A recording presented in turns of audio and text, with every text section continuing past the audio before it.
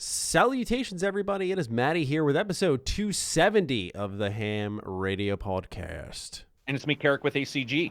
And I'm Dustin with Colin's Last Stand and Handsome Phantom. Especially Colin's Last Stand this week, Dustin's Dustin. That's right. Yeah. It is now. It is definitely on. The takeover has begun. For real, man. Yeah. You made your big debut. How was it? I did, yeah. I was on Sacred Symbols this week. It was kind of out of the blue. Like, Colin texted me. He's like, Chris is sick. You know, I need someone to fill in. So, yeah, it was fun.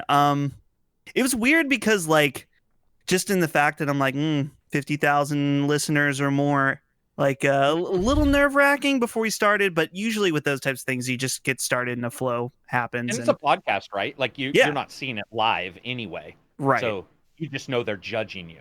Yes. Yeah. Dustin.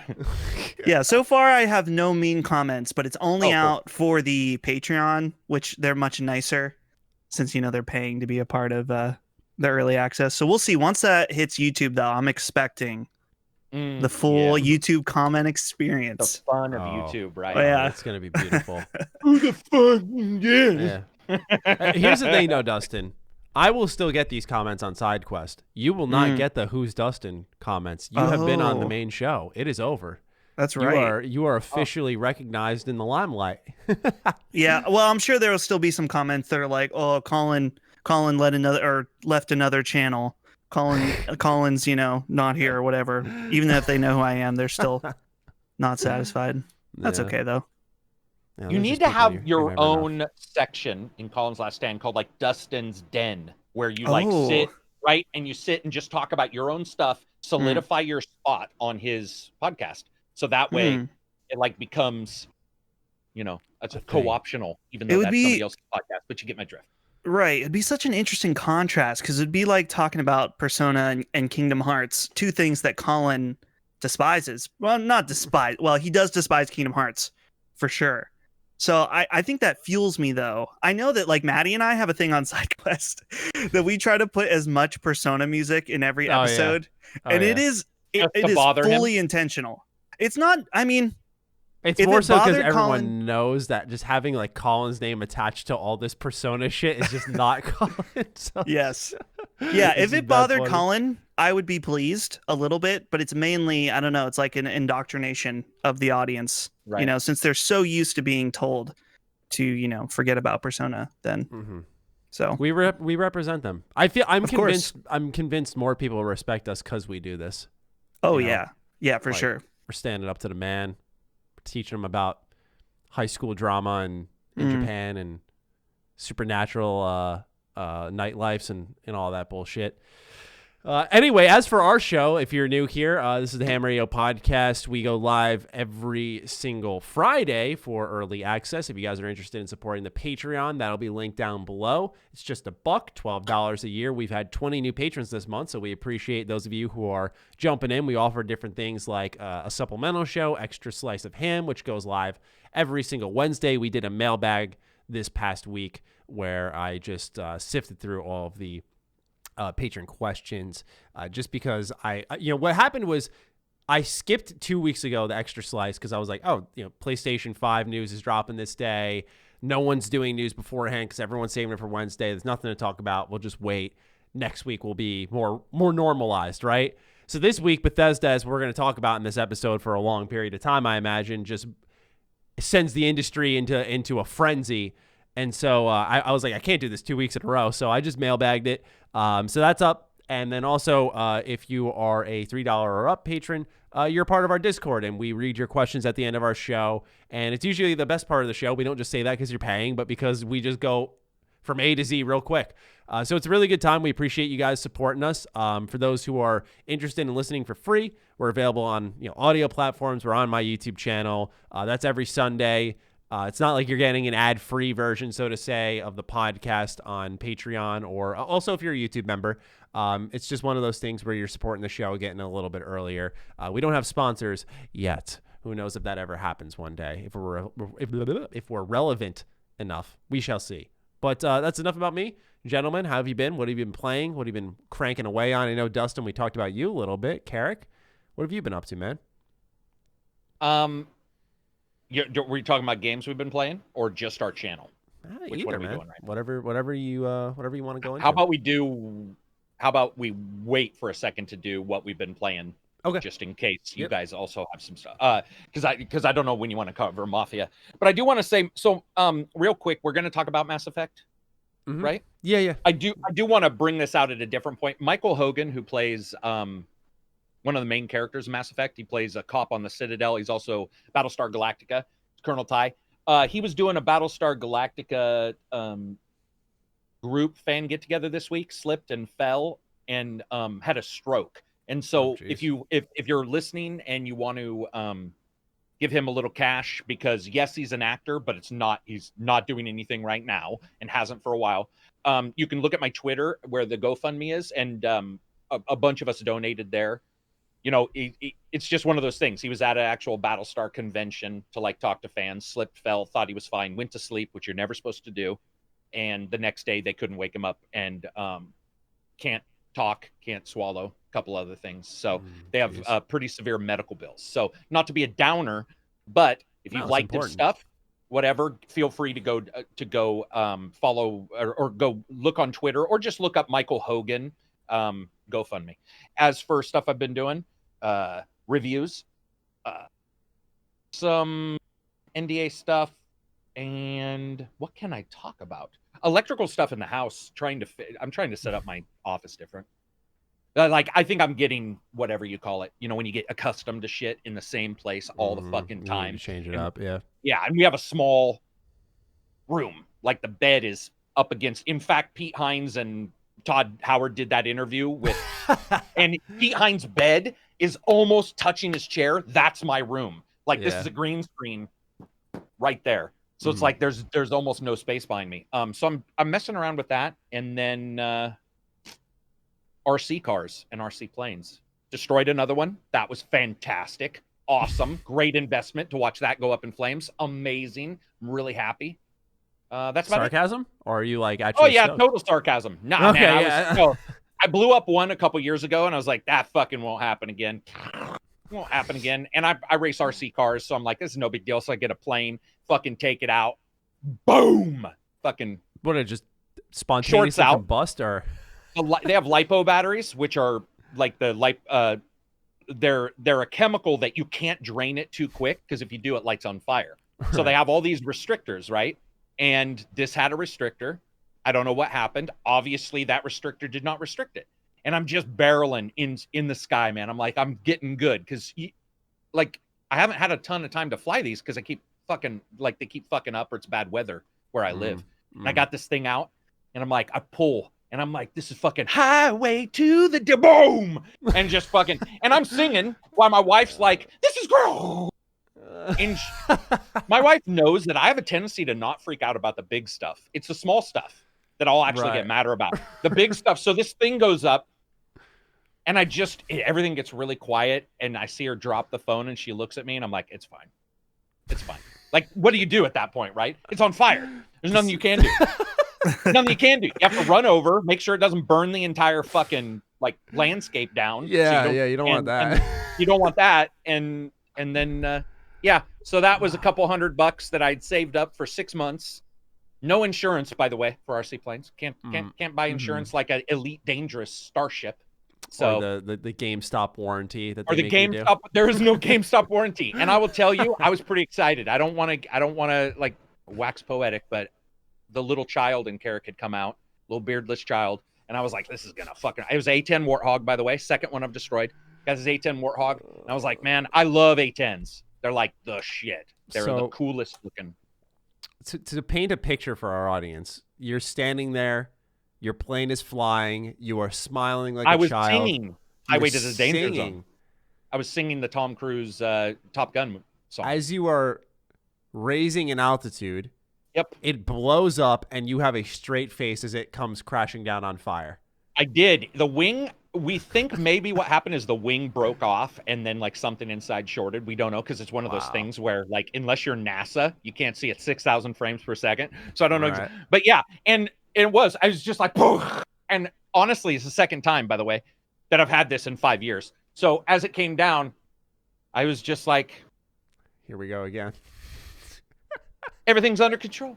Yeah, I just ran over, grabbed it. It fucking melted, and took some pictures of it, and was just like, I told Grim, because Grim knows, he's a big RC Copter fan and stuff. Okay. Grim knows about the last one that did that, and that was it might have been 7 years ago. It was a long time, and it's been almost that long since I've flown one. I had to repractice on a Steam game.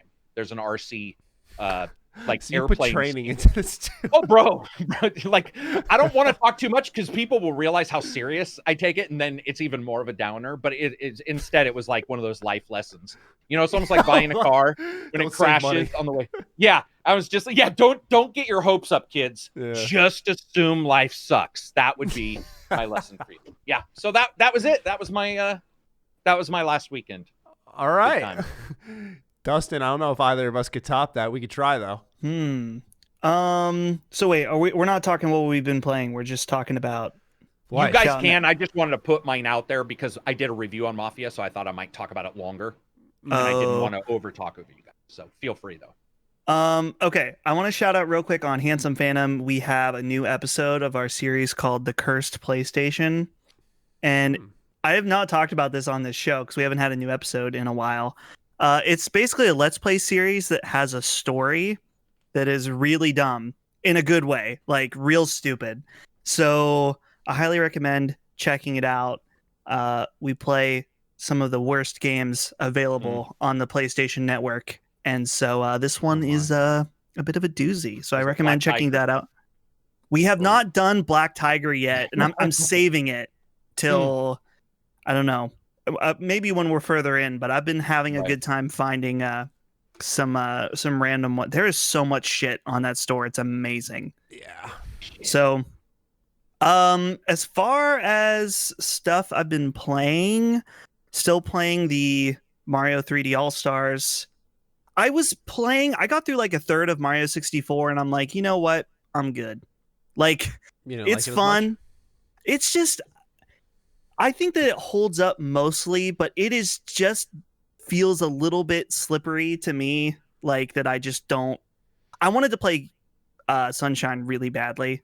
And so I was like, fuck this. I already played this game. I want to play a game that I've never played before. So I played Sunshine. I played it in like 2 days and it was awesome. Oh, you liked it. Oh no. Oh dude, I loved it. You beat it in 2 days. Is that what you're saying? Oh wow. Yeah. Wow. So, I mean, I had nothing to do and I was feeling sick. So, because last weekend I wasn't feeling well. So I was like, fuck it. I'm just going to stay at home and play Sunshine for 2 days. So, yeah, it was really good. Also, very important, I started Hades. And Hades is fucking awesome. It is definitely, I need to put more time in. Because I think I've probably played somewhere between 2 and 3 hours now. But initial impression, so strong. I can say without a doubt, it is at least one of the most fun games to play that I've played this entire year. Like, just really, really solid combat. My gut tells me that this is also the best Supergiant game yet. Oh, so, geez. Yeah. That is high praise. Yeah. Dude, pretty high praise. Yeah. Yeah. Which, I mean, not that I need to justify myself, but you need to justify yourself for sure. Right now on OpenCritic, 93, it is tied with The Last of Us as the highest rated game this year. It doesn't surprise me. It's good. I mean, I really think they've only made good games. Like, I have not disliked anything they've made. To top Transistor and Pyre, that would be a feat. Right. Ridiculously good too. Yeah. Just what I want to say about Hades is that when they announced it at the Game Awards, I think it was 2018, I was like, oh no, it's a roguelike. Because we talked about this, like roguelikes to me are just like not, I know there are some good ones, but they don't really do it for me. And Hades does a really good job with progression, that it doesn't feel like you're wasting your time almost ever.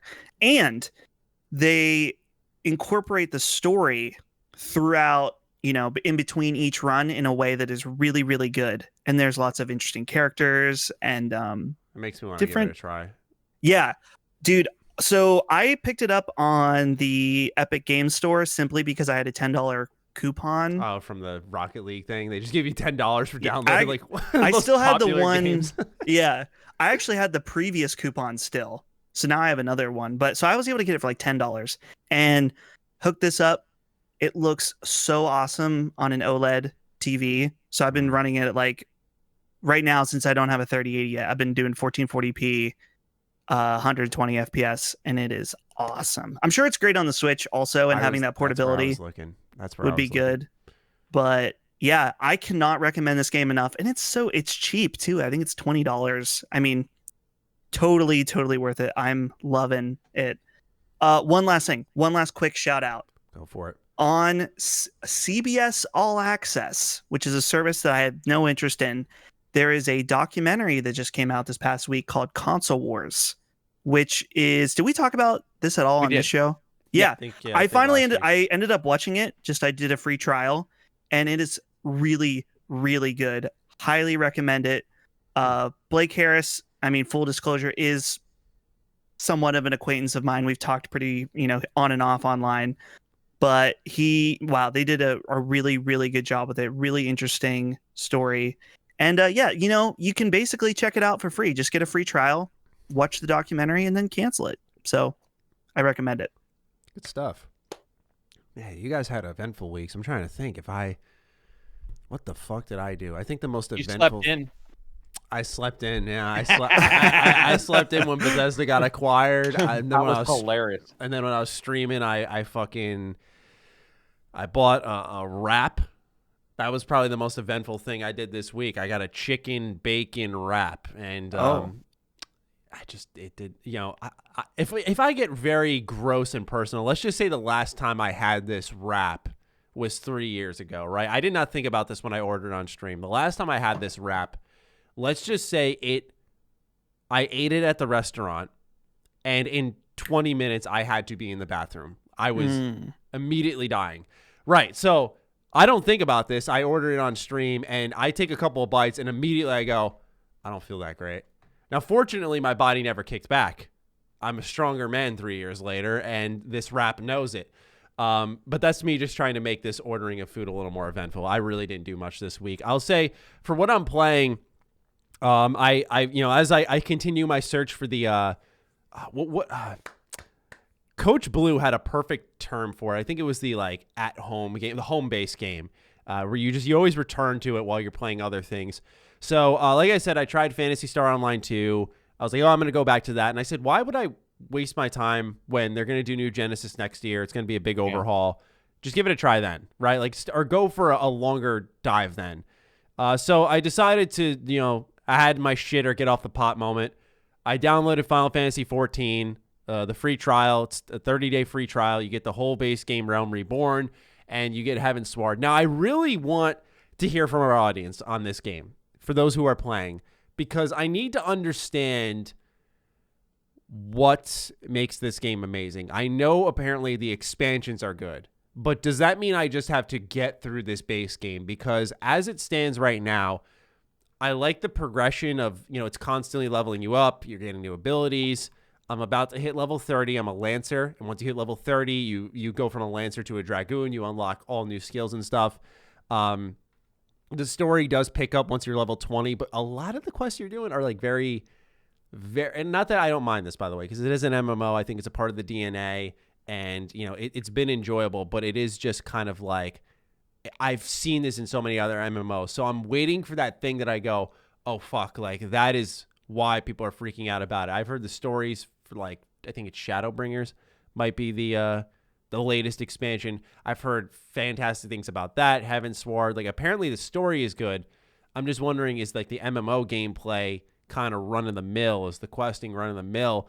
Because I'm enjoying it, but is this going to be something I want to sink my money into monthly? So I want to hear from the audience and kind of tag in here, see what they think. Am I missing something? Because for example, I was playing as a Lancer. My friend has literally hundreds and hundreds and hundreds and hundreds and hundreds of hours in this game. He has played a fuck ton. And so he was explaining to me, for example, a change they made with the free trial I have now is, as I'm playing as a Lancer, you know how you usually have a mana bar, a stamina bar, or something like that, that my abilities don't cost anything now. They used to cost something. So this is a change that just worked for me, but I wouldn't have known it to appreciate it, right? It's kind of one of those situations. So I'm wondering if as a lot of people are familiar, Final Fantasy 14, the original one, was like really bad.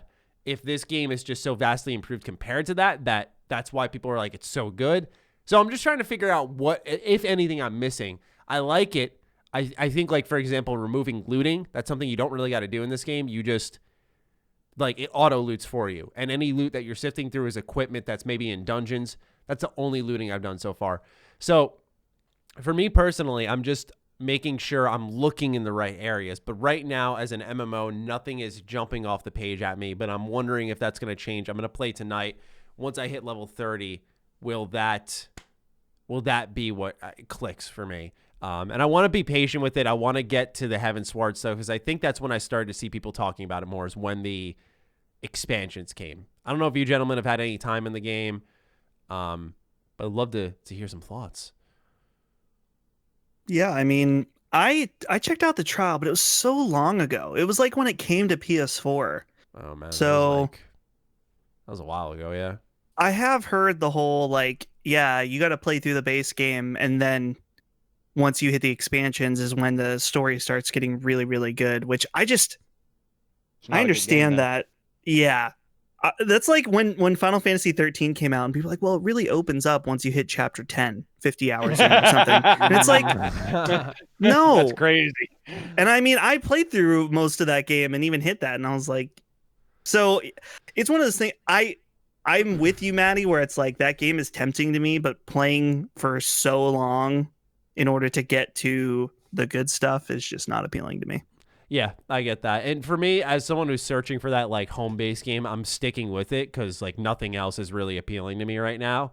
But right now, I don't think it's giving me, it's like I'm enjoying this if it were a free game. I am not enjoying this in the sense of I'm going to pay $60 and then $15 a month. That's not the level of enjoyment I'm getting right now. But that's why I want, because Heavensward's a part of the free trial. Now that's something they've added in. I think that's probably based off feedback that the base game isn't incredible like people have marketed.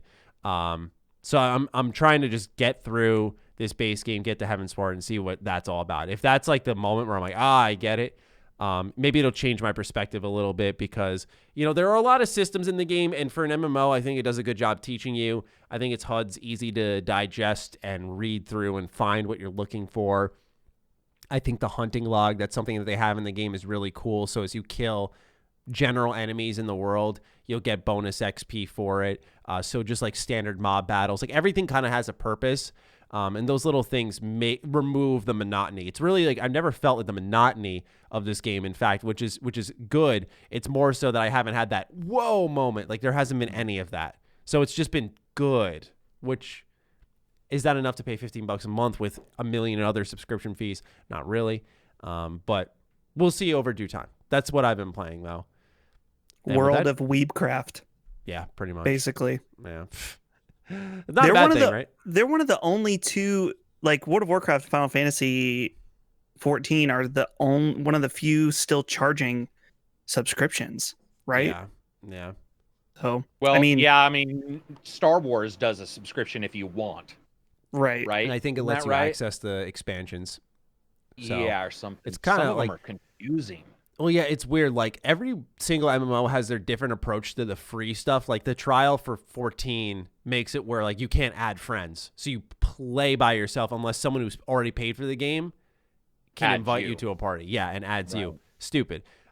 SWTOR does an even more weird thing. Once you hit like level 20, I want to say, they go, yep, your XP's been cut.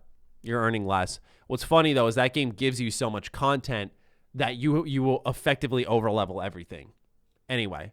So it's really interesting why they even bother with that. And like the same thing is like making you not be able to sprint until level 10. It's like, dude, stop, just grow up. Like, but yeah, the expansions, I understand walling that off with a subscription. That's fine.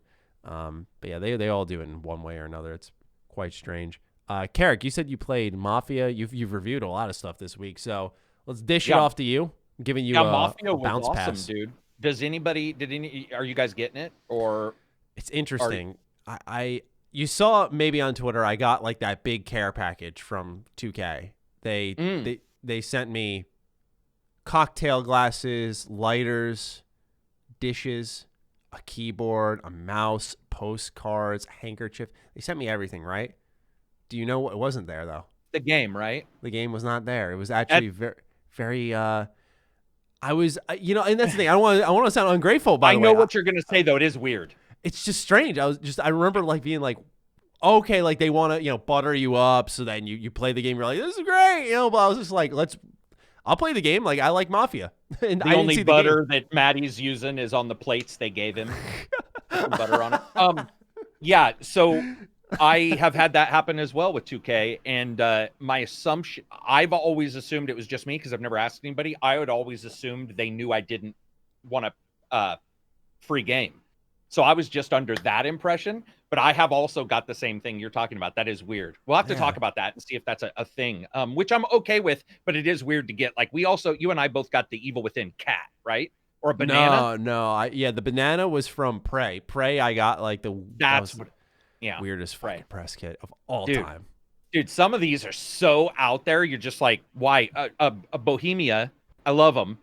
Arma, huge fan. Probably one of the fucking best games I've ever played. They sent me a plant that wasn't even legal in my state.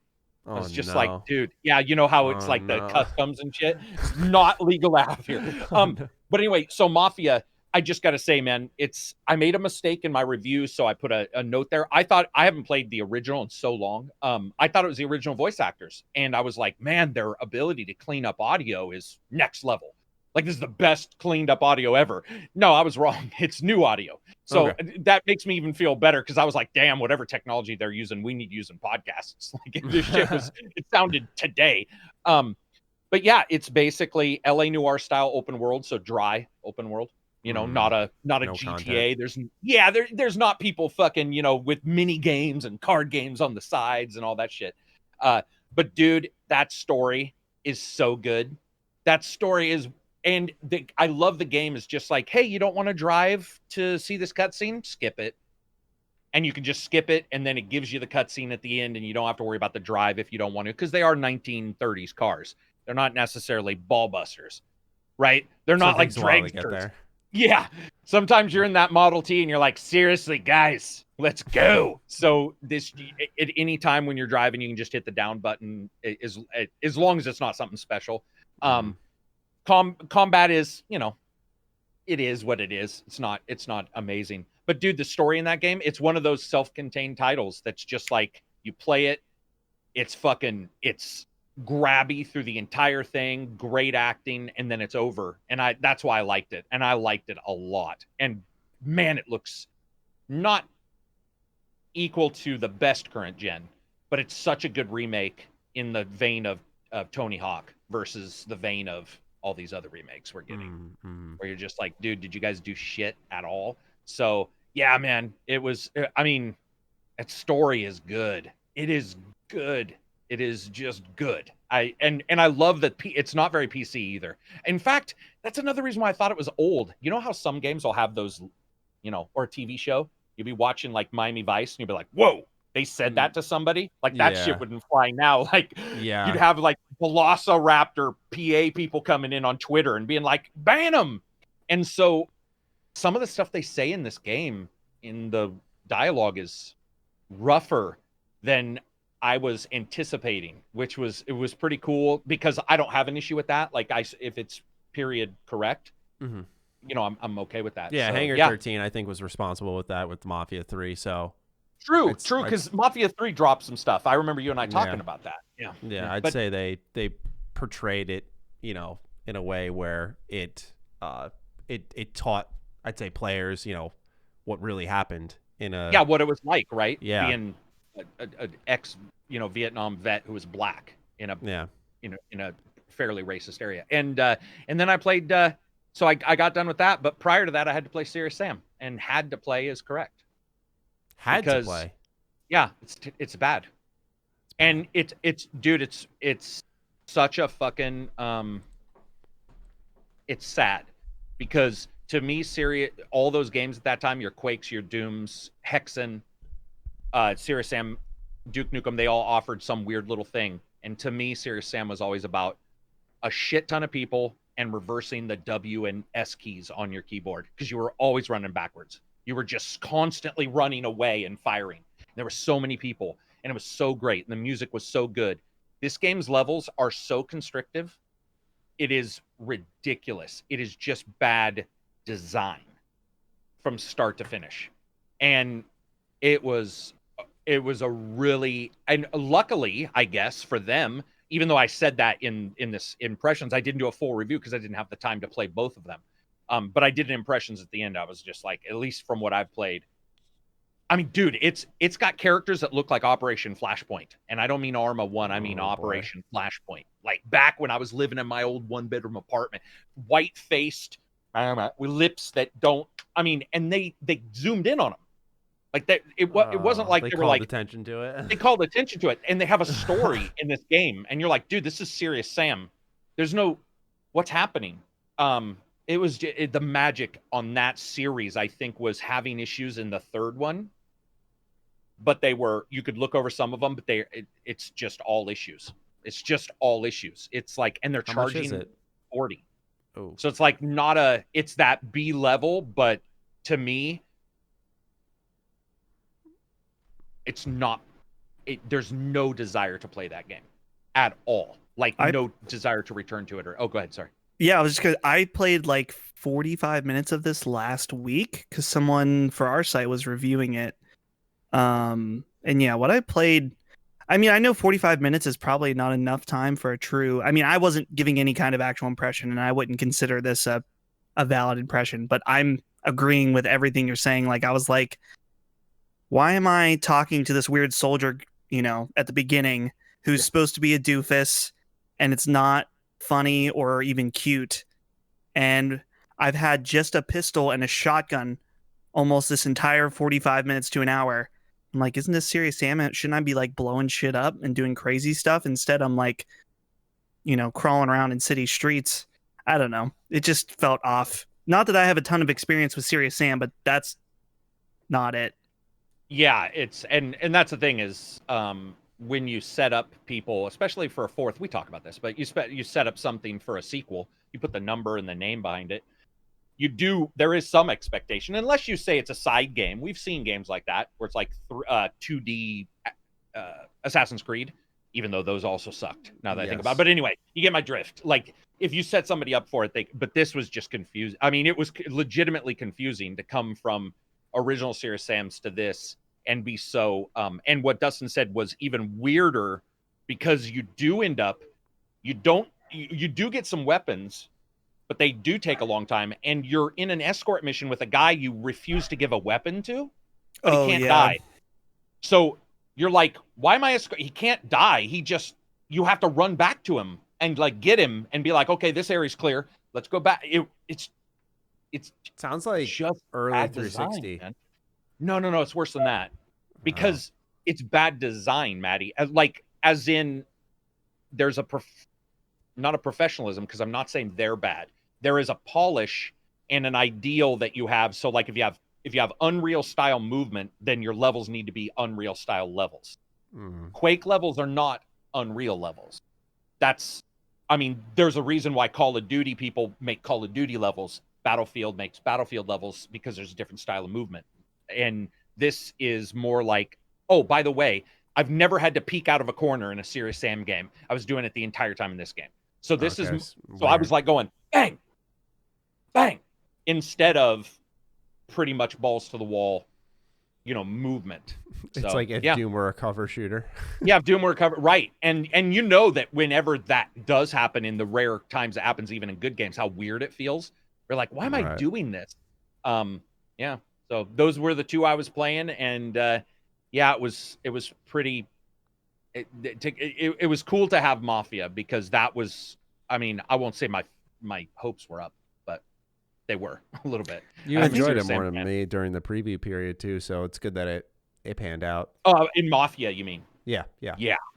Oh, that is true. Yeah, true. What were you gonna say, Dustin? I was gonna say, I think I might get Mafia, and that might be like the debut for my 3080 to play that in 4K. Might be pretty nice. Does that have ray tracing features in it? No, it also, strangely enough, it still looks really good though. It also does not have the thing that, man, all games need to have now, which is internal render scaling on the engine. Oh, so if you're full screen, 4K, you have to be at 4K if that's your screen. You know, if you try to shrink it, it starts happening. But it doesn't have that. But I gotta say, man, like there's some pretty cool effects in rain and stuff. You know, like it reminds me of Control. Control had ray tracing, but by itself without it, Control had some really cool reflection effects and stuff. That's the way Mafia overall is. So, and some really cool downtown locations. It's not really super filled out either, so it probably can do that. You know, there's only a couple characters walking. It's not like GTA where there's thousands of characters walking around. Yeah, I don't know. Maybe I don't understand the design of it, but I've never understood the idea of between LA Noire and especially Mafia, where there's been like criticism of creating these big, beautiful worlds and then not filling them out with content, like additional content. You don't know why they do? I just don't understand, because they've addressed it before and said, like, we're going to do this. Like they said in Mafia Definitive Edition, they're like, we're going to add more side content to the game for you to do. Mafia 3, they said we're not going to just do the story, but then the side, I put in quotes, side content they added was like literally the same mission. It was the bracket stuff. So you were achieving the main mission through those side missions. So it really wasn't side content. I just don't get it, because I think that the Mafia series, even 3, like I think they create some of the fucking most amazing open worlds. And it reminds me of how I sometimes feel in a Ubisoft world, where you just want to be there doing a couple of extra things in there that are somewhat meaningful, right? Like I think Hangar's proven that they're good storytellers. It's just their gameplay systems don't work that well. I'm not talking about obviously Definitive Edition, but more so the idea of that you're saying there isn't much side content in there. No, I agree I think you're right. I don't know why they do it, because I agree with you for sure. It just seems like, I guess this probably is what lets them keep it at the $40 price tag. Maybe that's it. And that's fine. You know, I'm not going to argue that, but like, I hope with the next, provided this is a success, maybe it's a test, fully fledged Mafia game, I really do hope they take the world space and do some meaningful side content with it, even if it's a couple of side missions, right? Because like Mafia 3 kind of tried to do it where they were like, do these escort missions, and when you do like 8 of them, then you'll talk with Vito and you'll get a little bit of closure on something that happens in Mafia 2. And it's like, you know, just give us like 1 or 2 missions with Vito. Like that's what the people want. Did you do Godfather, Matty? Godfather 2? No, I've heard good things though.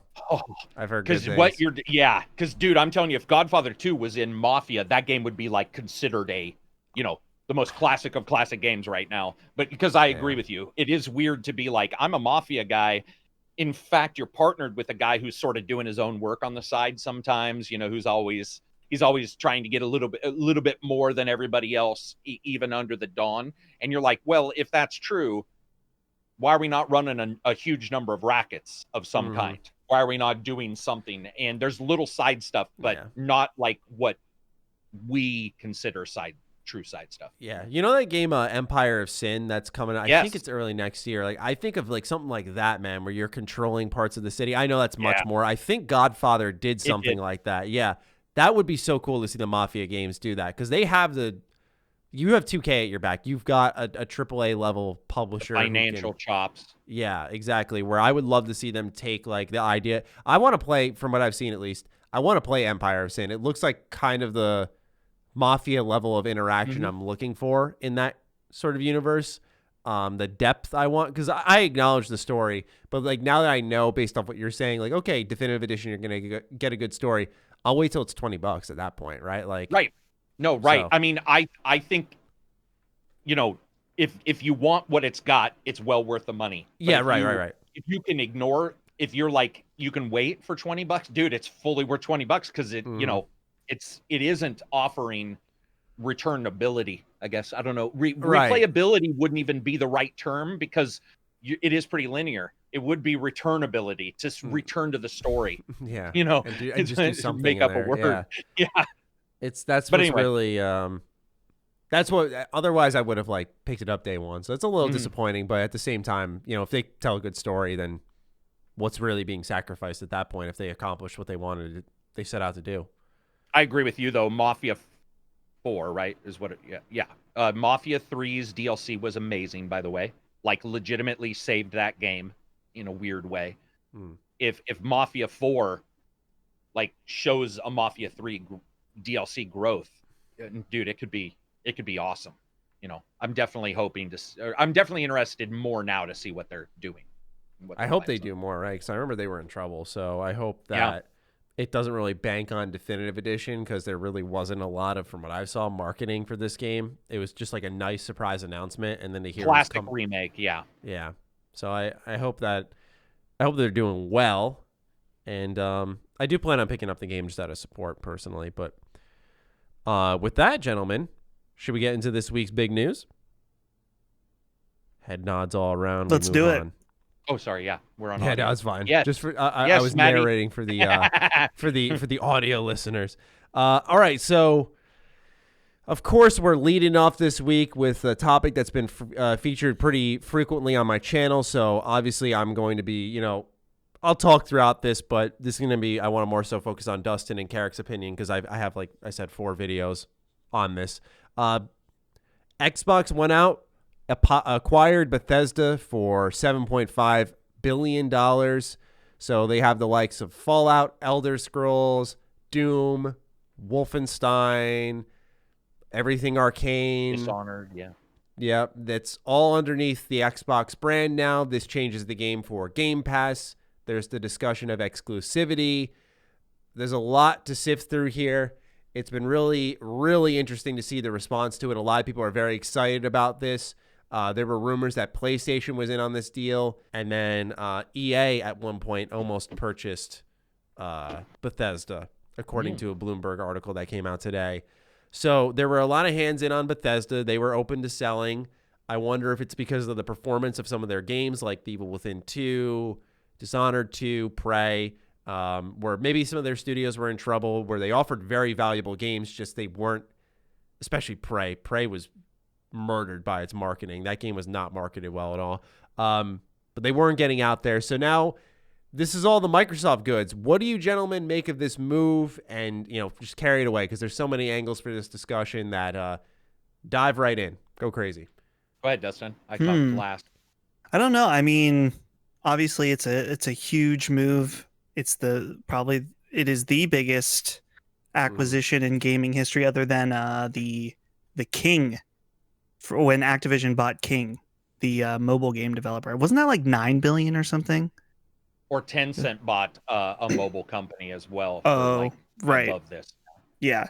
So, yeah, I mean, it seems like let's start with the exclusivity conversation, because that seems to be where a lot of the focus of the conversation is, because Microsoft and Bethesda have not made it clear, but in a way I feel like they have. It's weird, because this conversation and this topic is really I guess divisive is the right word on whether what you think is going to happen. There are some people that are like, oh, well, they spent, over $7 billion. Of course they're making their games exclusive.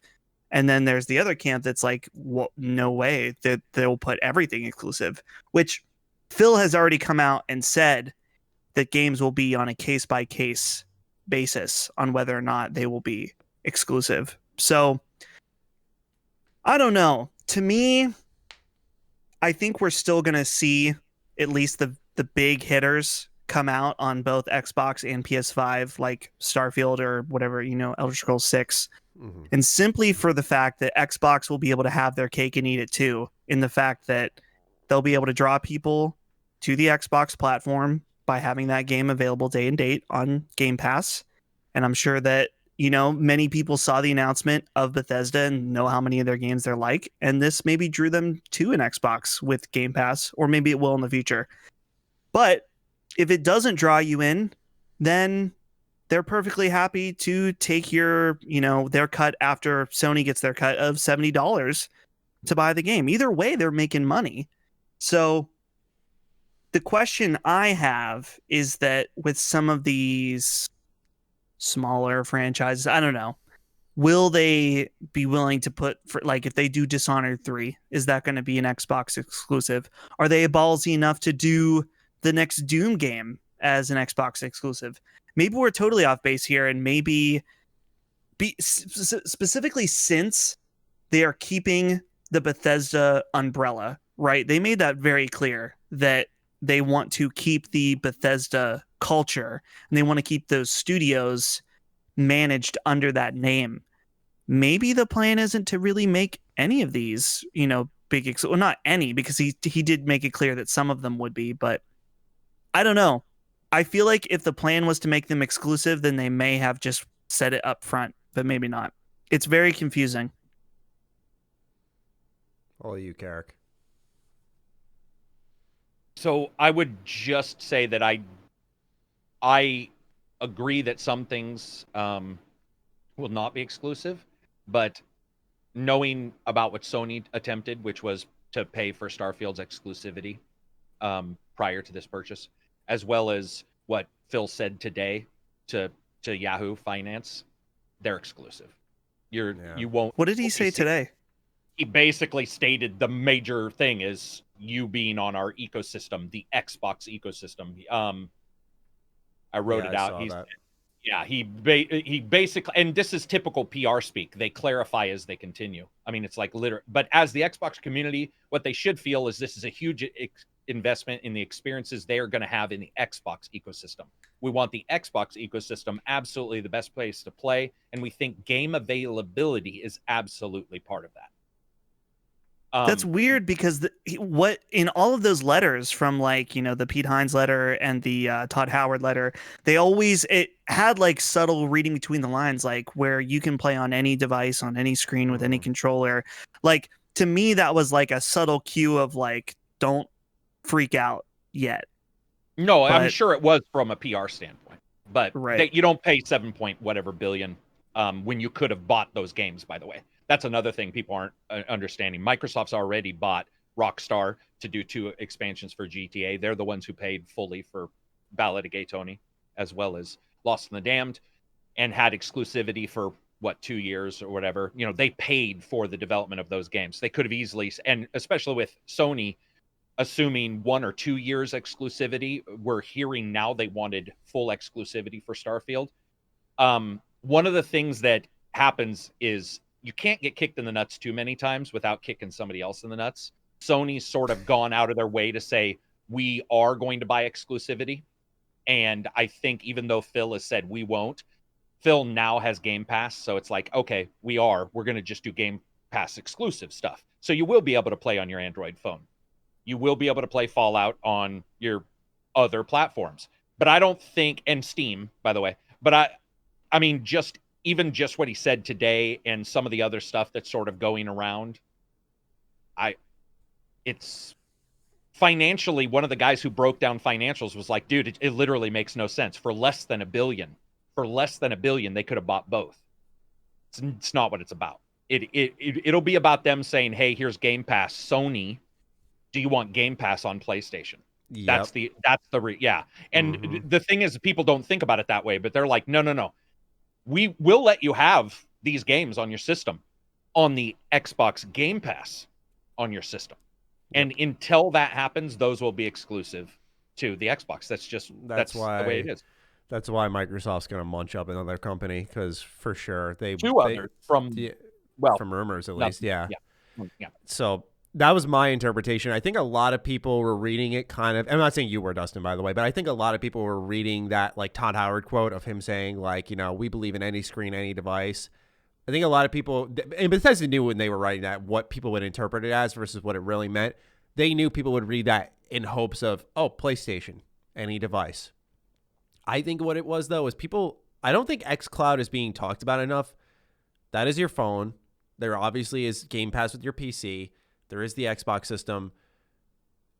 Under all technicalities, Microsoft covers multiple devices in its own ecosystem. And so I think the verbiage would suggest safely from a PR standpoint, they can think it's PlayStation so no one freaks out and it's just good PR, good news. But I've said from the get-go, I'm just like, dude, it's over. They're not, unless PlayStation says you can bring Game Pass onto here, which I don't think they're going to because of the PS Plus collection.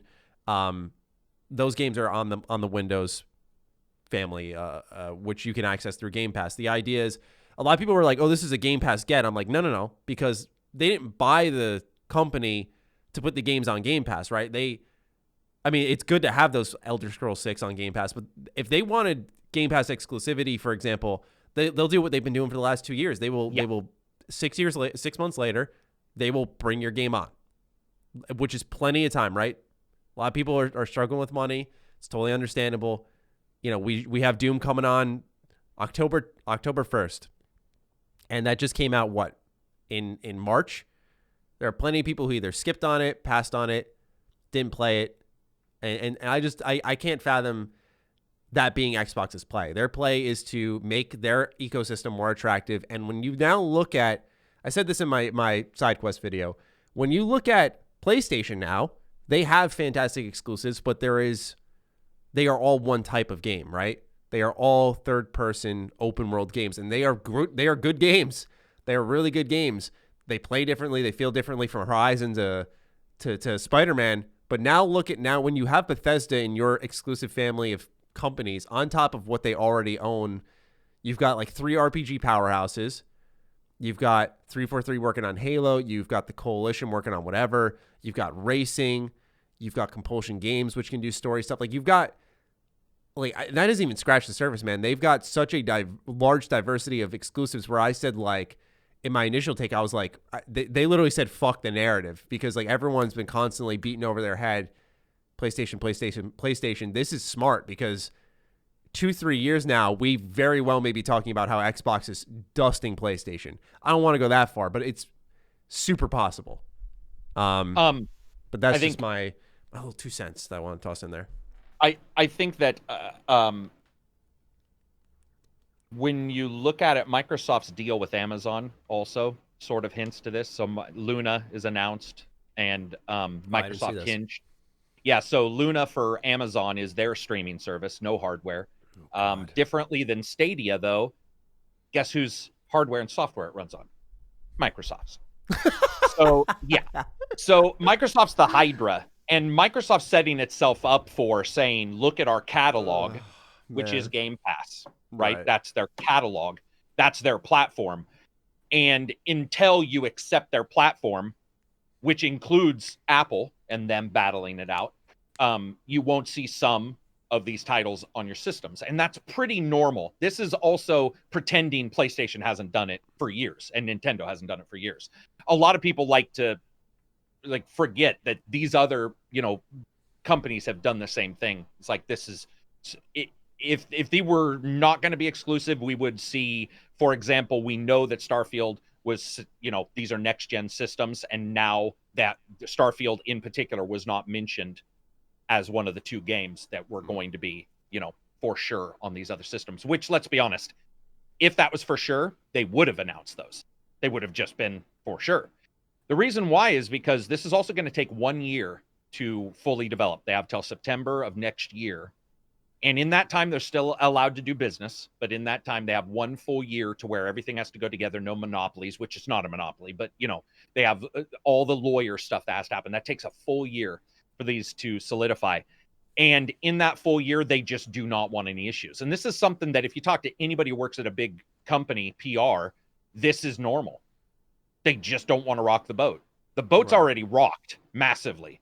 The boat is, it's just like Spider-Man. Look at how long it took us to figure out. Look how long it took us to figure out that Sony owns a part of Spider-Man. It took ages. Because even myself, I was like, Sony doesn't, what the fuck are you talking about? Sony doesn't own any part of Spider-Man. Avengers. Sony for sure owns a part of the IP and gets an actual say in Spider-Man. Like, that's huge. Yeah. Sony does it. Sony bought Insomniac. We all didn't want that because, you want those games on other systems. Bungie, I think another thing that was sort of weird was you heard this rumor about Microsoft and Bungie for a little while, and then it sort of died out. One of the reasons why I think you're hearing these weird rumors most likely is because the Bungie deal would have included exclusivity, and Bungie may not have wanted to do it. And that was the rumor I had heard, was that there were some ideas behind that they were like, no, we still want to be, and it's a shooter too, which, to be brutally honest, latency and stuff like that may not be the best on Game Pass. I do honestly want to say this too. Having used xCloud and Game Pass and streamed from my console, that shit is black magic. So I remember seeing you tweet about it. It's replaced Switch. Dude, my Switch is honestly in a real physical closet. Like, I don't know. I'm playing Skyrim with all my mods on a bigger than the Switch screen. It's fucking amazing, Matty. It's amazing. I was streaming that. I was streaming GeForce for that one, by the way. But with xCloud, you can stream your Xbox games. And the latency was bad on one of the xCloud games. So I was like, oh, I can stream to my Android from my console, the game on the console, which, yeah, it's a step down from the PC version, but there's no latency because it's from my house. And I was like, I'll check that out. Holy shit. Like, it was just like, oh my fucking God, every game looks better than any of my tablets could have done. Like, they look better than, so there's that too. And Microsoft turned that on day before yesterday. I just have a feeling we're going to, and then there's rumors of at least, there's rumors of other purchases. So it's a weird purchase because that's a lot of money, but Nadia, what the fuck is his name? Oh, the guy who runs Microsoft? Nadella, I think. I get it. But he asked Phil to explain why they should continue. And my opinion is, especially knowing how Todd and Phil get along and how Todd does like to work. I mean, Todd's been pretty open. He does like to work with, Microsoft. For sure. I would assume this was already a thought process back then. Yes, it actually was. Yeah. Oh, okay. Was. You know that? I didn't know that. Yeah, it actually, the reason I know that is because I forgot what her name was. Emanuela, I think her name was. She tweeted out that at the Xbox Fan Fest in Italy is when that was in 2018. That was a month after Obsidian got acquired that they started chatting and laying the groundwork for this deal. So that's why a lot of people were speculating, okay, Obsidian got acquired, and then they talked to Bethesda that the Fallout IP could already be in motion to some extent, right? Which is just crazy to think about. Can you imagine, guys, Fallout or Obsidian and Exile and Bethesda on Bethesda? Fallout, man. What about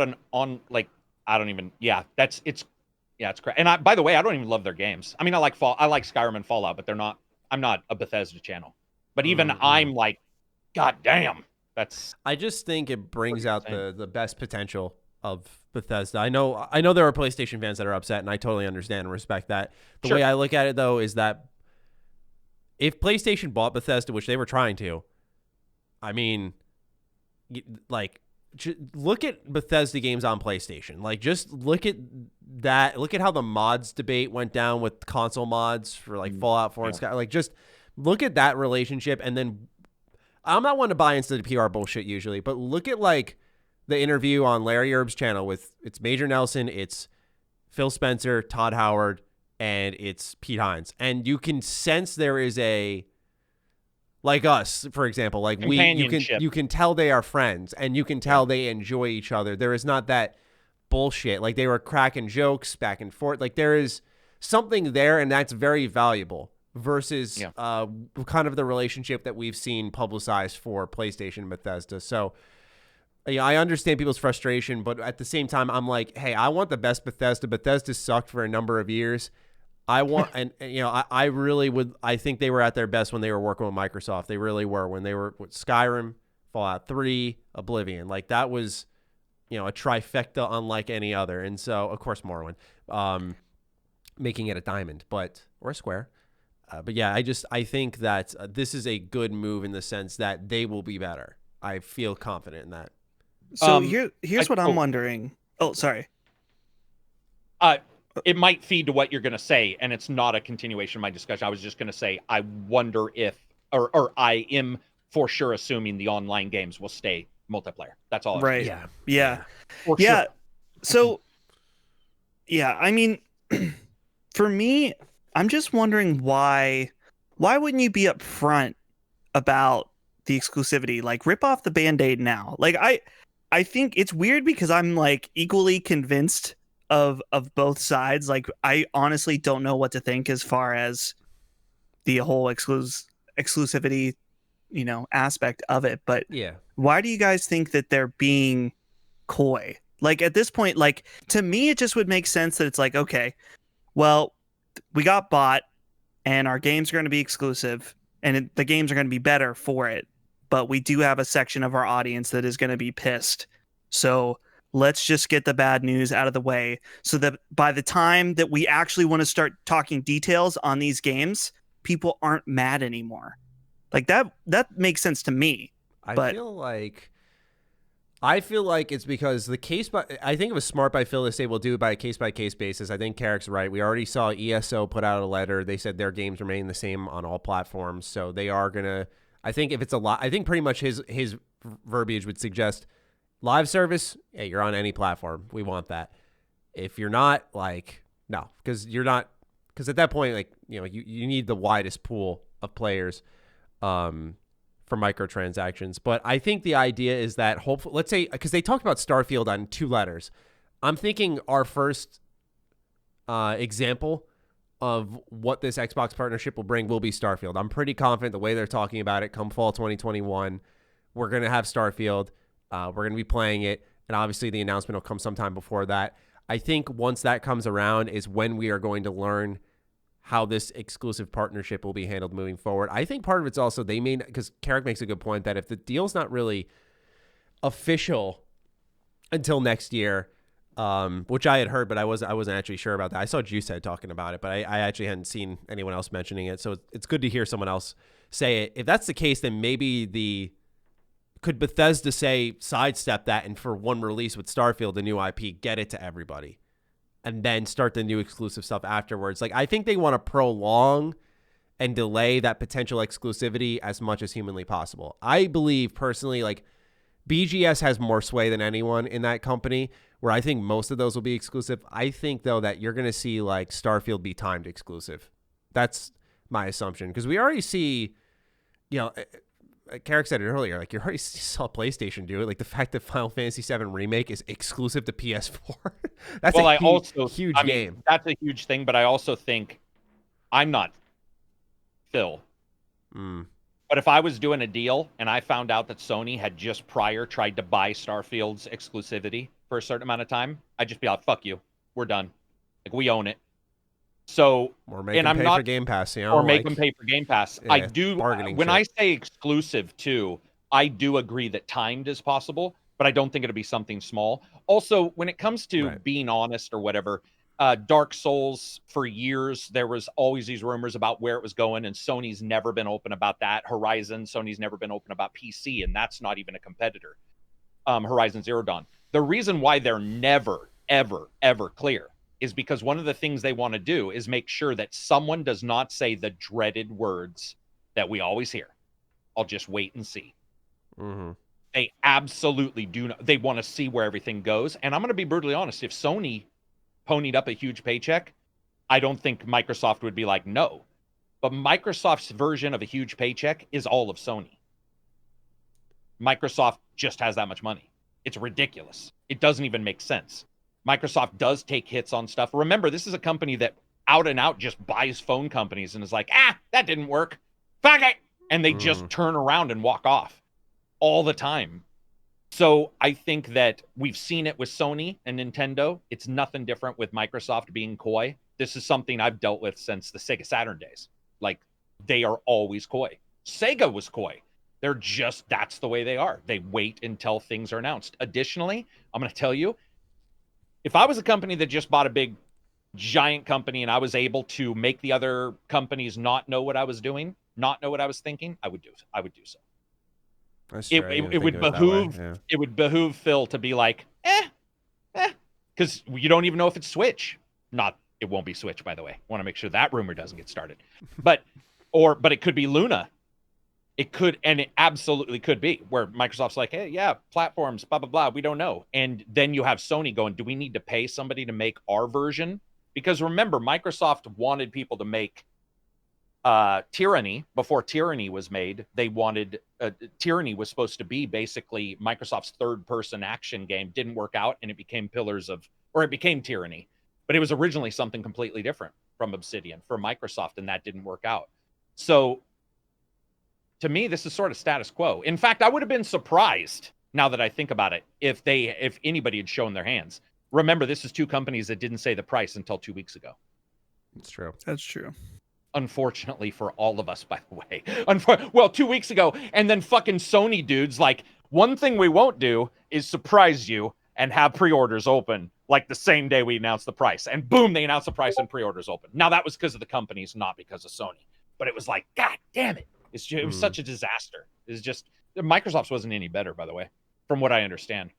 Did you guys pre-order? Because I pre-ordered an Xbox and a PlayStation. I didn't really have any issues. Did you guys? I didn't have any issues either. Maddie did though, with the PlayStation. With the PlayStation. Yeah. I have a PlayStation. I had issues with Xbox. I got up just to see. I tried to put it in cart. It was already gone. So I was just like, you know what? I was like, all right, whatever. I'm just gonna upgrade my PC and just kind of call it a day there. Yeah, just call it a day there. Sorry, hold on. I am muting a DM if I can. People getting in Maddie's DMs. No, it's more so because I feel bad for the audience who could just like hear the boop, boop, boop, boop, boop, yeah. I'm just like, oh God, sorry. Dude, as long as it's not the chatterbait, what do you call it? The donation ding. If we hear that, I'm gonna be all over you. There's a certain, like, I don't know what the term tone for chatterbait, which is like the amateur porn. And I know this sounds super innocent, but I figured by the name, but I was not familiar. I bet you if you heard it, you'd know because it's a joke. Like, it's actually, you'll hear it in things. But I was in a couple business meetings before. No lie. Oh, no. And you hear, chilling, chilling. And I'm like, dude, that ain't on anybody else's fucking, like, that is not somebody's email. All right, so we talked about exclusivity a little bit. Have we covered all the Bethesda Xbox spaces? What do you guys think about Dishonored? I wanted to ask you. I'm hoping we see a Prey 2 and a Dishonored 3, regardless of where it is. I think Microsoft also announced, or did Arcane announce that they were hiring a shit ton of people yesterday? I think it was Arcane. The thing about Dishonored that's confusing to me is that Dishonored 2 is so fucking good, and it seems like, I'm wondering, I don't know what the sales data, do we know? Not good. It was not good at all. But is the marketing the issue? Is the style of game the issue? Because I'm like, I want a Dishonored 3, but does the market want Dishonored 3? Right. You know what I mean? Well, Prey is the same way, Dustin. Prey did terribly. And I think with Dishonored, did you have issues? Because I had tech issues galore with Dishonored 2. I had those that bad. It was a fucking tragic. And that game, I don't know if you guys remember, Dishonored 2 on Steam was just getting hammered the fuck out of it. Yeah, that was. I remember there were a lot of people. Maybe there's that. Nope, that was it. Oh no, I was just saying. I remember a lot of people like freaking out, especially about my review, because I was like, "This is an amazing game." I was like, "This is so good," but people were like, "It's broken." And it was kind of like what you were talking about. I think it was last week, Karak, where you're like, "Well, this is my experience." I was like, "Mine was fine." Like I played through Dishonored 2. I enjoyed it. It was fine. It ran fine. I was on PC nonetheless. Like you'd think I had a strong chance of it sucking. And I'll admit, like I wasn't as savvy on some of the little hiccups that you can notice, technically speaking, as I'd say I am now. But like even then, I go back and look at it. And I'm like, yeah, look, gameplay looked fine to me, man. But and Dustin sounds like he had no issues. Yeah. It's weird. The weird thing about that is that when I initially played it on PS4, and I think it's still like something about the way the controls feel and the way you move around and look, like there's like yeah, and there's like some settings that you can change around as far as like controller movement acceleration or something that make it a little better. Yeah. I eventually did end up playing it all on PS4 despite the weird control stuff. And it was fine. And so by the time that I played on PC, it was all ironed out. Though doesn't it have weird issues at like high frame rates?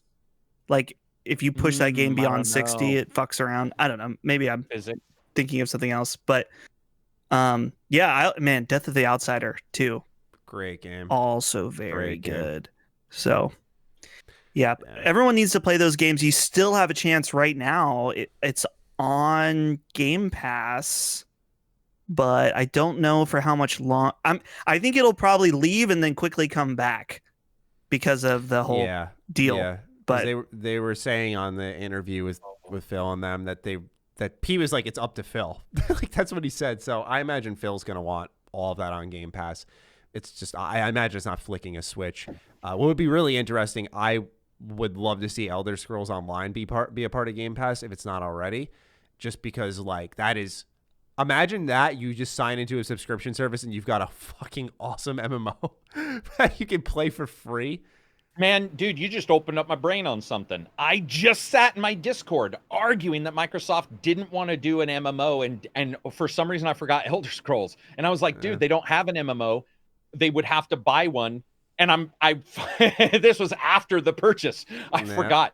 That would be crazy to see them say that's a part of it. I don't know if that's a lot of money.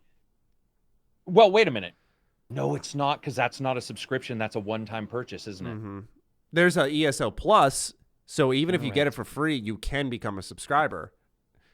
That's a good point, Matty. That would be insane. That's what I'm saying, man. Like, just the idea that you can sign on, you could just find one game and that's it, hundreds of hours, just like that. Like, I think that's kind of the get now, and then the get later is pretty obvious on exclusivity. As for what I want to see down the line, I want to see Arcane do a new IP that's not Deathloop, because Deathloop I was really excited for, but as they've talked more about it, it's become less of the game I thought it would be. I thought it was going to be more like the environments that you normally take your time exploring, but now they're like, you're on a clock, you've got to kill them, and you restart when you die. And I'm like, okay, this is going to be cool. This is going to be interesting. It's going to be different. I'm open to it, but it's not the Arcane that I like. For sure. That's not the Prey Arcane. That's not the Dishonored Arcane.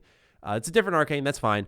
But I'd like to see them try something new. I'm sure that they would love to go back to Dishonored, but I don't think Dishonored, it's outside of the original, I don't think it's sold as well, where I just don't see them business-wise saying, like, let's do this. I would love for them to.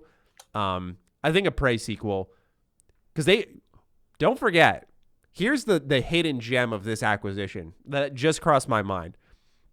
Bethesda bought the formerly Human Head, who was working on Prey 2, the one that got canned, right? That was in limbo for a while. They bought them. Now you've got Arcane working on Deathloop. Microsoft owns this company technically now and could give them the resources possible to make Prey 2. That is something that, is entirely, I don't want to say entirely possible, but it's on the table, right? Like, that's another studio acquisition that is hanging in the balance, so to speak.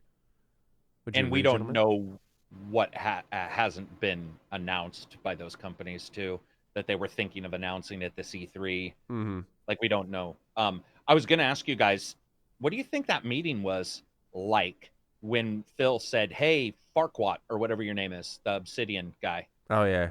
Yeah. Hey, Phil, or hey, Todd, hey, Farquaad, let's go have a fucking Subway sandwich. Because isn't the rumor like it's not a love affair anymore, right? Or am I wrong? I would imagine I've heard nothing on that. I imagine the hatchet's has to be buried at this point. Did you guys see my my viral tweet about the Bethesda Obsidian? Yeah. That's the clip from Trailer Park Boys. Dude, that tweet, that is the most successful tweet I've ever had, with like over 1,000 retweets, 4,000 likes. And it was something I just threw together just for fun. And honestly, I didn't even watch it right away. I just saw how well it was doing. I was like, all right, I'll retweet this. Like, this is Dustin's doing well. Dude, it was a big boost when you retweeted it. Yeah. So you were already at like 600 and something when I retweeted it. So I was just like, let's do this, man. Let's send him to the moon. Dude, yeah. Dude, and Trailer Park Boys, I'm watching it right now. Fucking awesome show. Perfect for this meme as well. So check it out. All right. Anything more to add on to this conversation, or Wolfenstein? Oh, that's definitely, yeah. I think Pete actually confirmed Wolfenstein 3 was happening last year sometime. He's in some way, yeah. I think it was because of like Youngblood or something, and he said like it's happening for sure. Like, don't worry. Like, I think to explain that Youngblood was just a spinoff. So to cap out our conversation here, I have a quick thing to tell you guys. I had a dream last night that I was at my grandma's house and Phil Spencer came down the stairs, and I said, "Hey Phil, nice job." And he said, "Thanks." And that's all I can remember from this dream. What was Phil doing at my grandma's house? Why was he coming downstairs? Too? What's my what's grandma's grandma married. have a trick hip? So Is there anything that we need to know? I don't know. Maybe I don't know. He was there, but the only thing I can think to say to him was, you "Nice dodged job." us. What's upstairs in your grandma's house that he was coming down from? There's, I mean, the bathroom's up there. There's 2 bedrooms and like a work room. So nice job may not have been about the Bethesda Microsoft version. I'm just saying. Hey, Phil, nice job, bro. Yeah, I don't know. I don't know, man. Phil on the way out of a bathroom, like, dude, I'm just saying, you're the one who brought it up. So to me, I'm thinking, yo, Phil, up high, bros. Like what happens stays in Vegas kind of shit. There's a lot to consider right now. There's a lot you need to work on mentally, and you may need. I've got some 1-800 numbers. That reminds me, I actually should send this to you guys. I have a picture that I was at the after party for the Game Awards, not last year, but the year before, and I saw in the balcony Phil Spencer and Reggie hanging out, having a drink. So. What's happening? Xbox is buying Nintendo. Confirmed. Well, no, because now he runs GameStop, right? You're right. Well, this was before that. This is when he was still at Nintendo. So. Yeah. Oh, God. Yeah, dude. That's awesome. I think that the next step for Xbox would more realistically probably try to get Game Pass to like be on Switch. I know Phil shut it down 3 months ago. Yeah, he was just like, it's about what our Xbox ecosystem can offer. And if that thought process applies today, then you imagine that they are going to keep these games exclusive if it's all about the value of the Xbox ecosystem. With that said, I still think on the other end of the spectrum that if Nintendo's like, hey, you can stream your Game Pass games onto our system, that Microsoft would eat that up because that is a huge install base. That can you imagine, guys, Fallout on the Switch finally? That's what I'm saying, right? Like Isn't that weird? It would. But the thing is I wonder if Nintendo would want it because a lot of their third-party ports are what I felt kept the system alive in between the big exclusive launches. That's my perspective. I don't know if that's actually factually true, but I felt like, the big games that, come a year later onto the Switch where everyone's like, yeah, I'm going to buy it again. Maybe that's just loudmouths on Twitter, man. But like, I feel like that kept steam. And for when they got to their bigger exclusives that, or why you bought into the console really in the first place. I don't know if they say like, let's just do Game Pass and now you can have KOTOR on Switch. Microsoft has to explain to Nintendo what the internet is. Once they do that, yeah. Once they understand that, I mean, then stand out. The thing is that right now it wouldn't work. I think Phil probably was dodging it because right now it wouldn't work because the fucking wireless adapter and the Switch is actually it's terrible. Yeah. Dude, I'll be in my bedroom and my router's like one room away and my Switch will disconnect constantly. When I tried to play Animal Crossing online with my friends, I was like, this sucks. It literally killed the game for me. So I was like, I'm not going to go sit out in my living room whenever I want to play a game. Can you network that many? Is there a physical in the back I think you can do I think you can do a USB Ethernet. Yeah. I have a USB to Ethernet actually connected to my computer right here. It is a Insignia, I think. But yeah, it works well for my computer. So if it doesn't work for the Switch that same way, where it's just plug and play, then we're set. Then we're good. Then online play is possible. Then Game Pass streaming is possible. But that's just my situation. All right. Moving on to our next big bit of news here. The Mass Effect Legendary Edition. What a name. These fucking remasters and remakes just need to stop. What would it be called? Remass Edition? Yeah, right. Like you'd think. Right? Yeah, you'd think. Stupid. So Mass Effect Legendary Edition, this is the Mass Effect Trilogy Remastered. It has been a rumor since May, I'd say, was where it picked up steam, but really since before that. And so Jeff Grubb sort of been leading the charge on this. I've been covering it a lot on my channel. So we've seen receipts, people pre-ordering the game. We've seen official store listings, like not even just online receipts where there might be an issue in the system, but like store receipts, physical store receipts, leaked box arts, just tons and tons and tons of leaks. And like I said, Jeff Grubb kept this alive with like little spouts of information here and there. Today, as we record this, it literally happened 20 minutes before we got together. He posted an article stating that the game has been delayed out of 2020. He had promised it would be a October reveal and release. That is no longer the case. The reason for that is because Mass Effect 1 does not hold up, and they are changing a lot of the systems in the game visually and gameplay-wise to match what is offered in 2 and 3, because they feel that if you pick up the game to play it, that you will be put off by 1 and you will not go into 2 and 3. So it seems like there's fine-tuning there. Furthermore, he said that the Switch version at least isn't happening anytime soon. What else did he say? Delay, Switch. Oh, here's the kicker. No fucking multiplayer for 3. This pissed me off. I could not believe it. His speculation was because of Apex Legends. They were just like, why have another live service game? I'm like, why not? But Matty, are you the only person excited about that? I must be. Mass Effect multiplayer. But you and I don't understand it. But my Discord wants Mass Effect 3 really multiplayer. Yeah, it's so weird. It's so good. It's so good. Apparently, it's actually it really is good. It's infuriating that, like, out of everything, I was like, oh, sweet. Like, okay, Mass Effect 1, it does need a bit of an update. I'm cool with this. And then I saw that, and I just literally went like, I was like, so you what? Matty, I have some questions for you, because you've been really following this.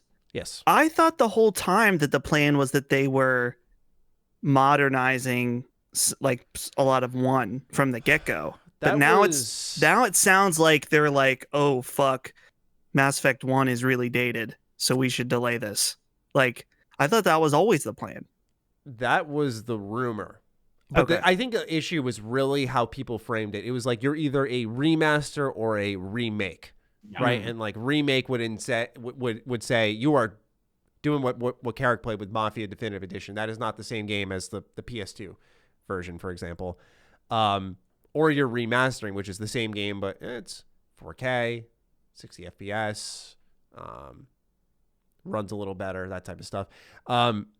I think this kind of falls in that middle area that doesn't really have a name. And so maybe that's why it took a while for this information to come out, because they couldn't say Jeff, who's been kind of just spoon feeding everyone this information, this is a remake. This is a remaster. It's more of a remaster for sure, at least for 2 and 3.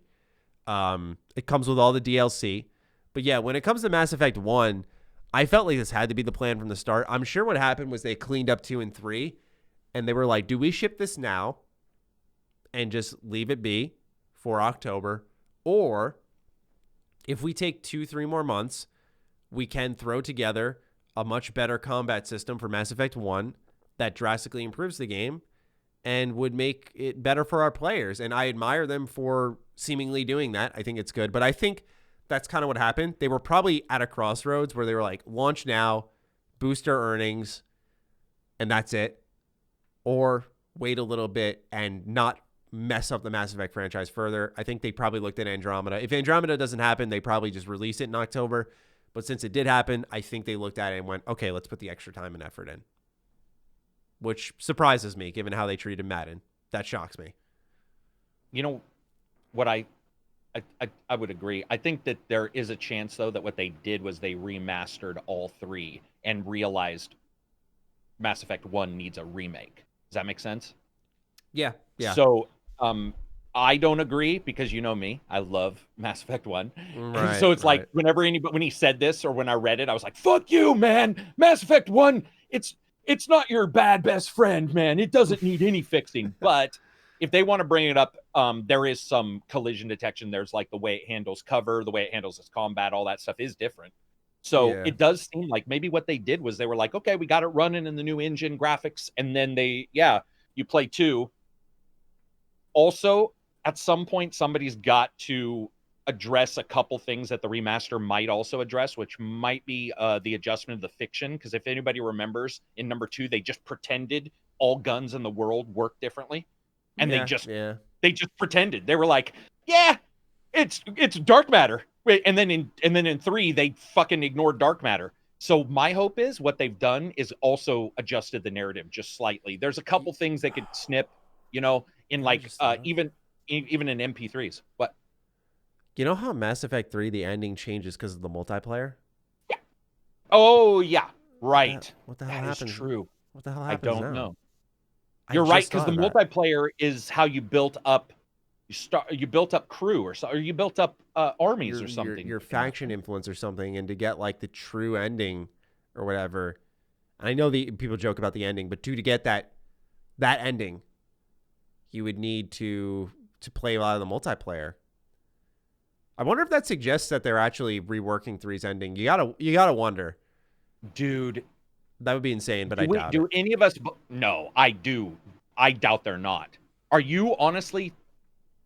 Does anybody here honestly think they would release 3 with that shit ass ending that comes with the original? You would hope not, but I'm sure that would take a lot of effort. I feel like he would throw that. I feel like that's a huge bit of info to just leave out in that article, but I don't know. He's been fucking drip feeding that shit for a while, to be honest with you, where I'm just like, all right, I'll play along. But you know, you wonder, right? Because he said he didn't want to say more because like EA never said anything, right? It's not on EA. He was like, it's on me, which I admire. I didn't really blame him because I was just like, dude, I'm hyped. Like it's my choice to react at one point or another to your information.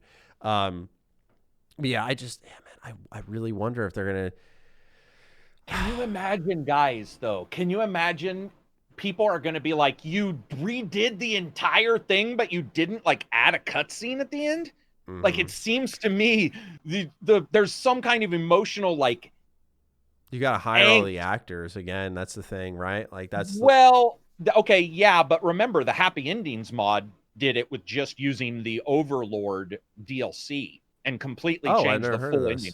Yeah, so yes, that is a porn reference, but the Happy Ending mod takes the it takes the DLC from Overlord, and it reworks it so that you live and it has a party and everything. It's a full on, and this is a mod you can download for Mass Effect 3 that completely removes the 3-color endings and everything.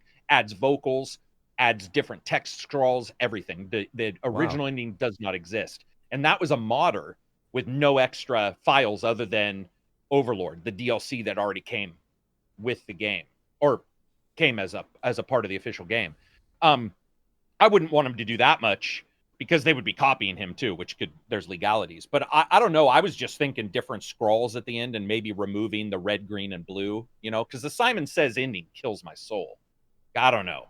Like, yeah, I guess it's like, how do you pose that ending now to make a change, true. Right? Like that's it. Kind of you work it. I think they could. I definitely think they could. It's just My Shepherd lived. Did your guys's? My Shepherd crashed and then breathes at the end. Bro. I feel they could just have one ending. Yeah, a good one. That one. Well, you have to wonder if this could be a springboard for them to make a true Mass Effect 4 that they can do a little bit of retconning.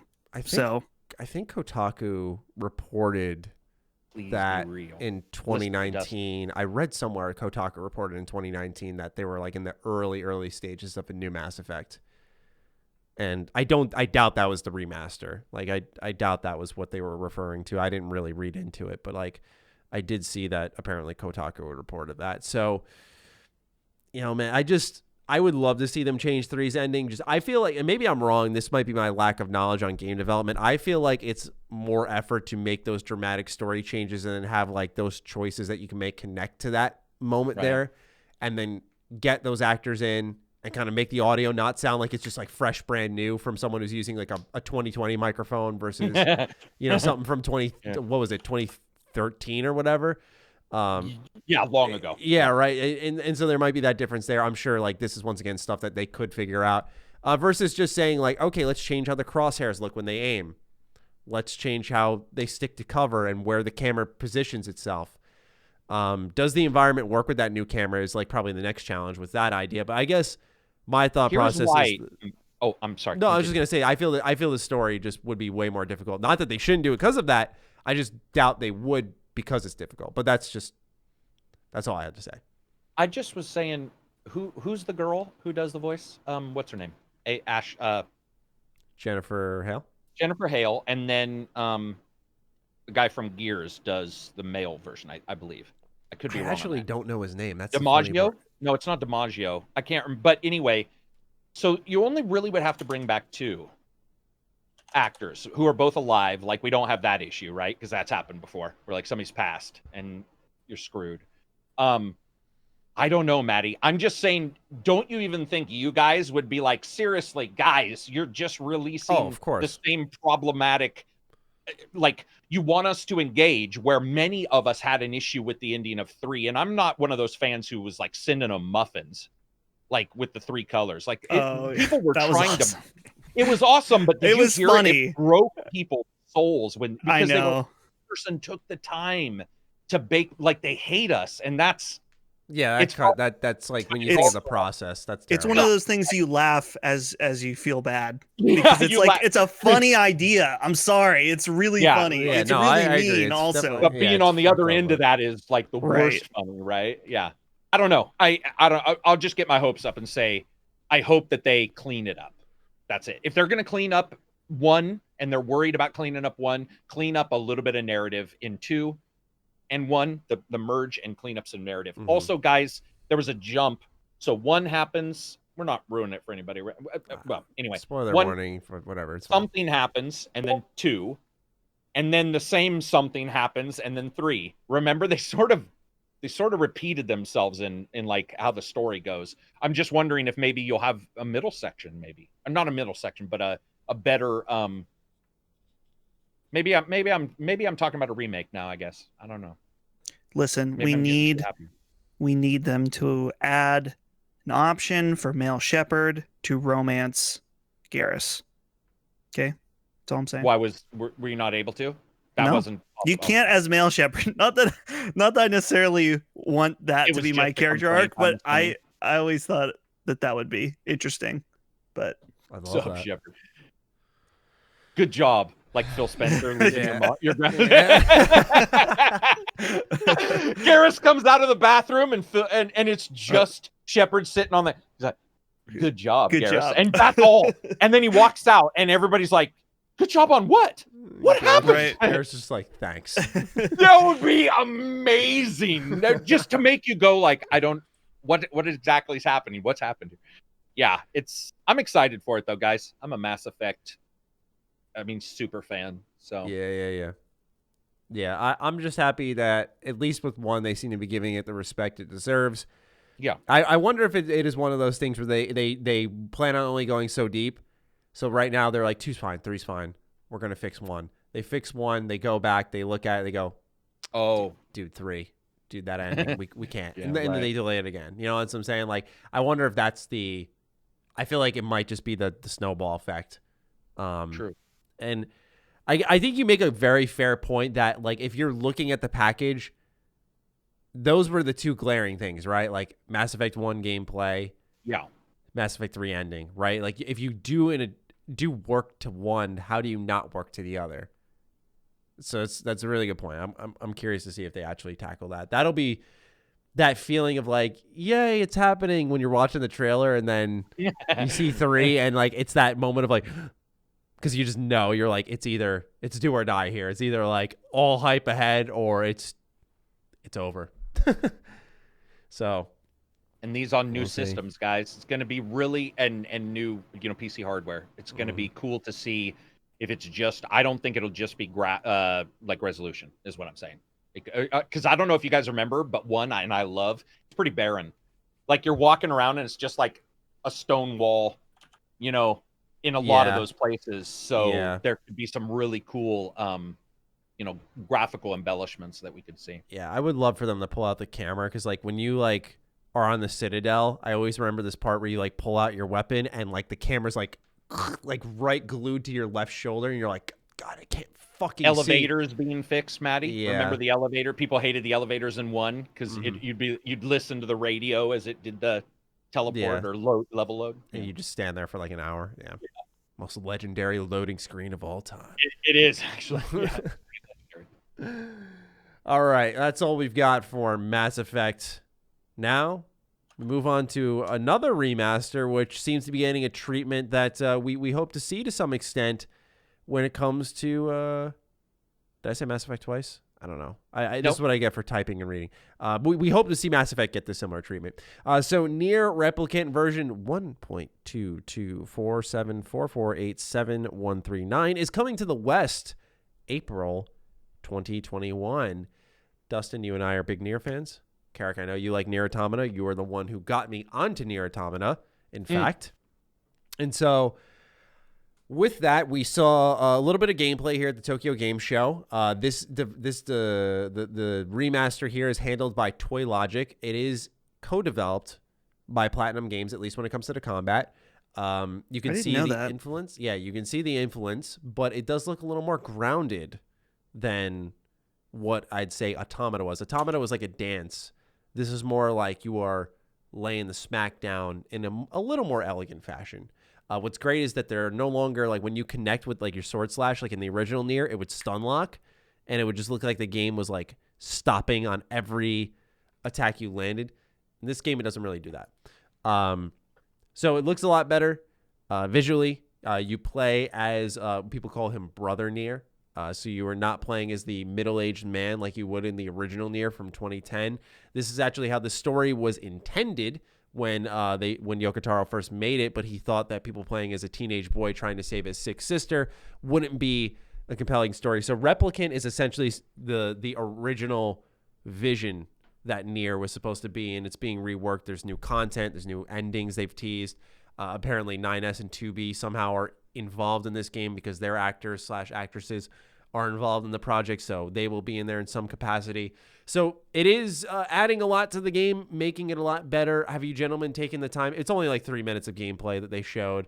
I guess they have this like a thing that they do every time they show the game where they want to show the debug menu, but they did that. A very strange demo/showcase, but did you guys take the time to watch this? I haven't seen anything on this game at all. Oh, okay. I mean, other than tweets. So I watched because they put out like a trailer with this no gameplay, but with the really, really awesome music. Mm-hmm. And then there was that stream. And it's interesting because I'm glad to hear you say I did not know that Platinum had any involvement, because initially, like, even though what I saw from that stream looked pretty good, the fact that they had Toy Logic involved, which no disrespect to Toy Logic, but they are an unproven team. Oh, for sure. Yeah. They're a support team, actually, almost entirely.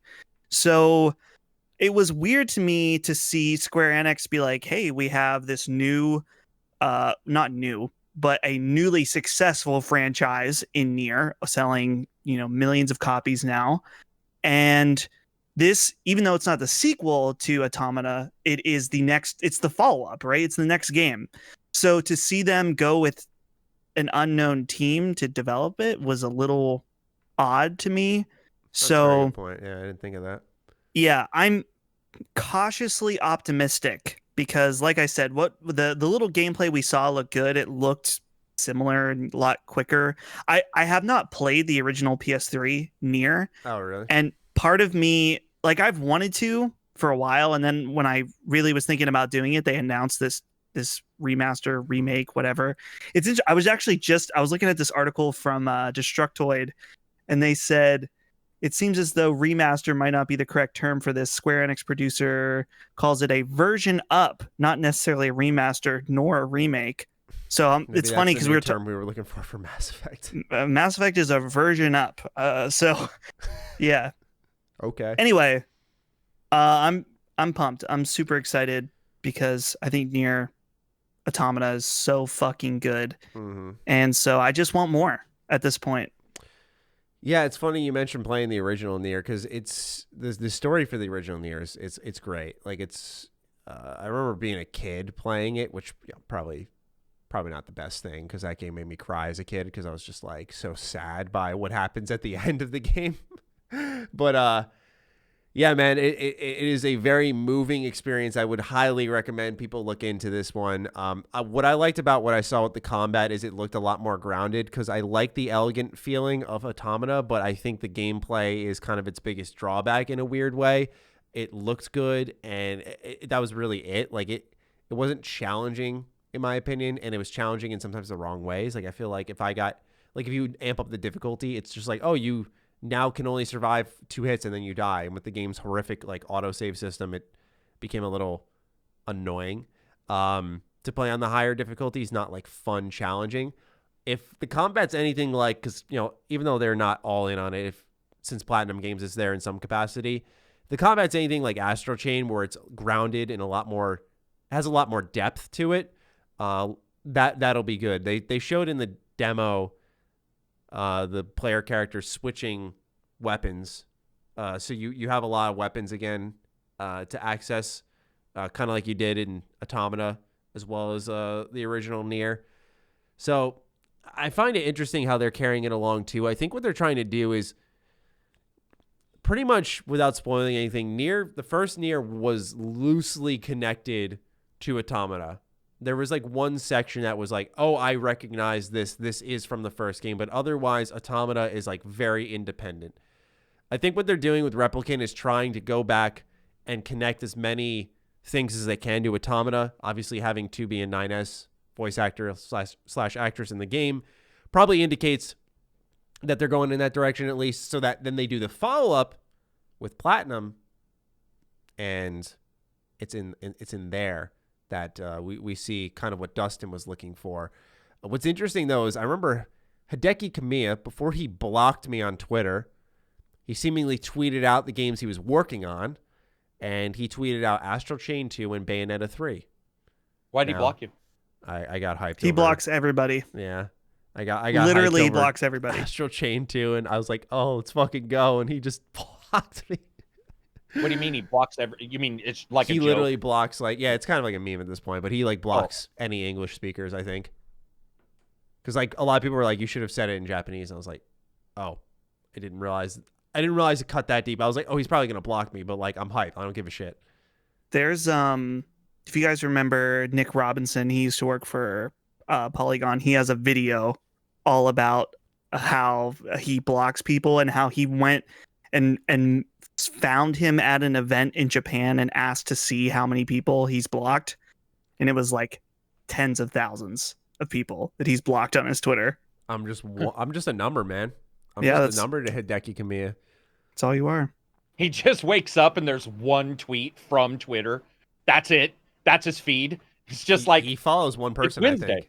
Like, that's awesome. In a way. He just follows That's one person funny. and he blocks everyone else. It's like, what? Like, I don't get it. I really don't get it. It makes no fucking sense. I do believe you're full of shit when you say Automata doesn't have amazing combat, and I hate you. Oh my. Yeah, I kind of thought I'm that just too. joking. I'm glad you're saying But this, Karak. I am surprised because I don't remember this coming up, because I think I wouldn't have agreed to be on the channel if you had been like, dude. Oh, Can we kick Matty off this show?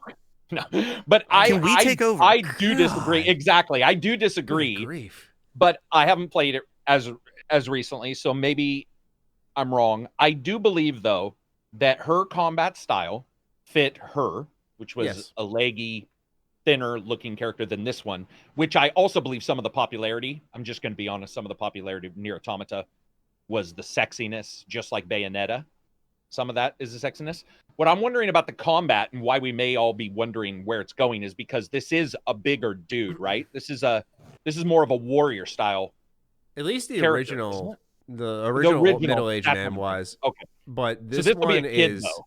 I mean, this is a more nimble kid, and it's funny you bring that up because you can see it because he's doing like not like the super flips that you'll see 2B do, but you're seeing like More when he finishes a combat, when he finishes a combo, like he'll do a flip and like slam his sword onto the ground. Okay. It just seems if you watch the clip, it's a little more. I think visceral is the right term. It's a little more like punchy rather than. I'll watch it so we can talk about it next podcast because I can see why they might switch it up, especially like Bayonetta's popular. That kind of combat's popular now. You know, maybe more so than the more blocky whatever. And if it's going to be a different kid, that makes more sense.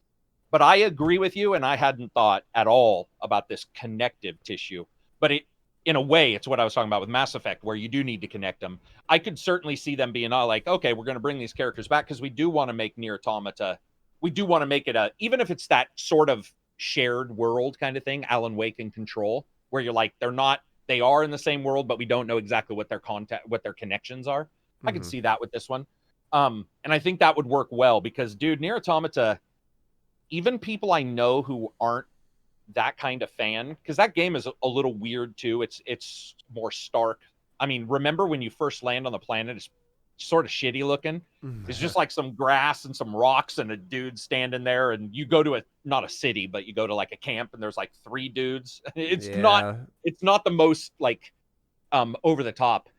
But even that, there were people that loved it that I don't think would have normally liked it if all those combinations hadn't come together. What I have an issue with in this game, I felt that NieR Automata's excellence was that fucking chip system. Yeah, I loved that, running out of memory. That was the coolest. I like when they were like, you have to fit these algorithms. I was just like, that's fucking wicked. And you may be right. Combat may not have been great, but looking great is half the battle. Like that game. Yeah, it made you feel good. Oh my God. And there were times in the dark when you go in the cavern where it was jet black and all you could see was your sword slashes, where I was like, greatest game in the world. Like it was so exciting. The 2 or 3 little snippets of this, because I have actually seen it when I looked it up, the 2 or 3 little snippets of this didn't do that for me. Okay. So I think that's fair. I mean, they showed like literally that is like the first mission you go out and do. Like you go out to those plains. I don't know if that was like a good thing to show off. It just might not have been the best thing to show off. Yeah. I get why. About it. Yeah. I'm excited. I mean, yeah, it's great. I'm glad Platinum's, working on it too. But man, how did you not think Automata was amazing? Dude, Automata is one of my favorite games ever. I think but you still dissed on a part I like, so I can't. Matty, you're fucked. I am. I'm not going to hear the end of this. You were saying it was you didn't die. Is that what you're saying? On normal, it's way too easy, and then when you bump it up, I know some people are going to be like, it's supposed to be hard, but it was like the cheesy type of bullshit hard. I thought that did happen. So I thought with all the weapon types and stuff, you switch it up somehow, but the enemies just hit harder. I call it the Bethesda difficulty. Bethesda Game Studios does the same shit. It's like, all right, I played this a lot. I want to play in a higher difficulty. They're like 5,000% damage. Yeah, they're like, okay, you die in one shot. They take 8,000 shots to die, and it's like that's bullshit. That sucks. Yeah. One of the biggest missteps I think that NieR made was NieR Automata. Okay, thank you. Yeah, is how at the beginning, if you die during that first mission, you have to start at the very beginning again. Oh, yeah. And I know multiple people who were frustrated with that. Most of them stuck through. One of them I know played the beginning, died, restarted, and quit. His name's Colin Moriarty, and everyone should let him know that he sucks. I just fucking knew. Right? He was just like, well, because when it's the very beginning of the game, and I'm making fun of Colin a little bit. I'm mostly joking because I do think it's a problem that it makes us, when you do that at the very beginning of the game, it gives the player the impression this is what this game is. Exactly. You're right. No, he's right. That does happen. It was a big mistake for them to do that. And I always, when I recommend this game, I'm like, listen, when you play the beginning, if you die, it's kind of shitty the way they did it. They fucked up. Stick with it. Once you get past the beginning, it's not the type of game where you're going to be constantly frustrated by save points. There are some of them that are a little fucky if I remember throughout the game, but that's not the core of the experience. So man, it was a huge mistake. I think that they did that, but yeah, it's like just play it on easy at first and then switch to normal once you get out and you can actually save. That's what I'd say. Yeah. That is I've never thought of doing that. So yeah, that's probably the best way. Colin needs to go back. That's just wrong. That's just fucking wrong. Well, he can't be trusted for anything he says about games because he has no bare comparison now. Right? So without any comparison to NieR Automata, anything he says about games, difficulty, animation, anything, I'll just be like, dude, what about the second level in NieR Automata? And he'll be like, and I'll be like, exactly.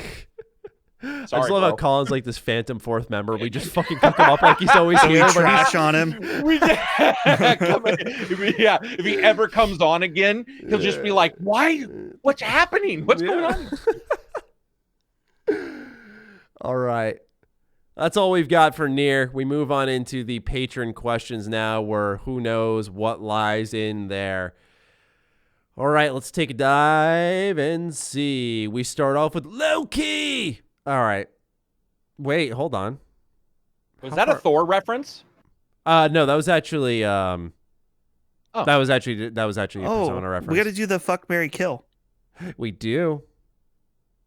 We start off with Mufat Cock, actually. Mufat Cock. You get that one? And everyone's shaking their head. Just Jesus. Man. Kill, fuck, What marry. it was like to be 11. Remember? Todd Howard. Remember when you were 11? Sorry, what? Oh, you're talking about his name? 8 years of age. Yeah, sorry. Anyway, continue. Kill, fuck, marry. Todd Howard, Peter Molyneux, Hideo Kojima.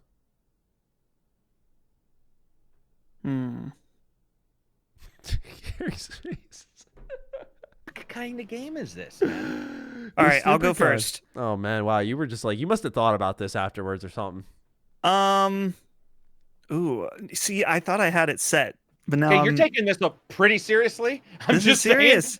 This is very serious. Yeah, all right. Listen, okay. We're gonna Peter Molyneux, he's getting killed because of Abel. his ambition, potentially lying. We are going to fuck Todd Howard because he's a freak in the sheets, if you know what I'm saying. And we're gonna marry Hideo Kojima because he just seems like a nice gentleman. I'll leave it at that. I'll flip Todd and Hideo and take your list. Okay. I'll marry Todd. I'll see how that goes. I feel like I could trust Todd. Who's Hideo Kojima? Which one is that? Metal Gear. Death Stranding, right? Yeah. Kill him. ASAP. I'll play this game now.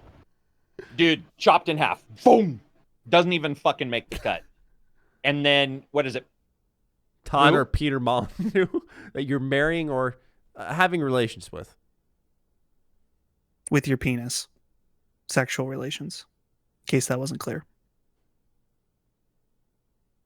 I would marry Peter. And here's why. Peter's a good liar. You'd wake up, Peter'd be like, you look pretty good. Go to bed, Peter'd be like, you're fine. Right? Like, Peter is a good liar. And if he's cheating on you, he'd be like, no, baby, or whatever. I can't do his accent, but he'd be like, no, baby. No, that's not the proper. You know what the fuck? Here, we'll go Scottish. Yeah, I wasn't cheating on you. So I'd be like, okay, great, Peter. Poor Peter. He's like, dude, I'm not Scottish. And then I would, I guess, have relations with Todd. You know the cool thing about Todd, real quick? He seems like my attitude is changing towards Todd.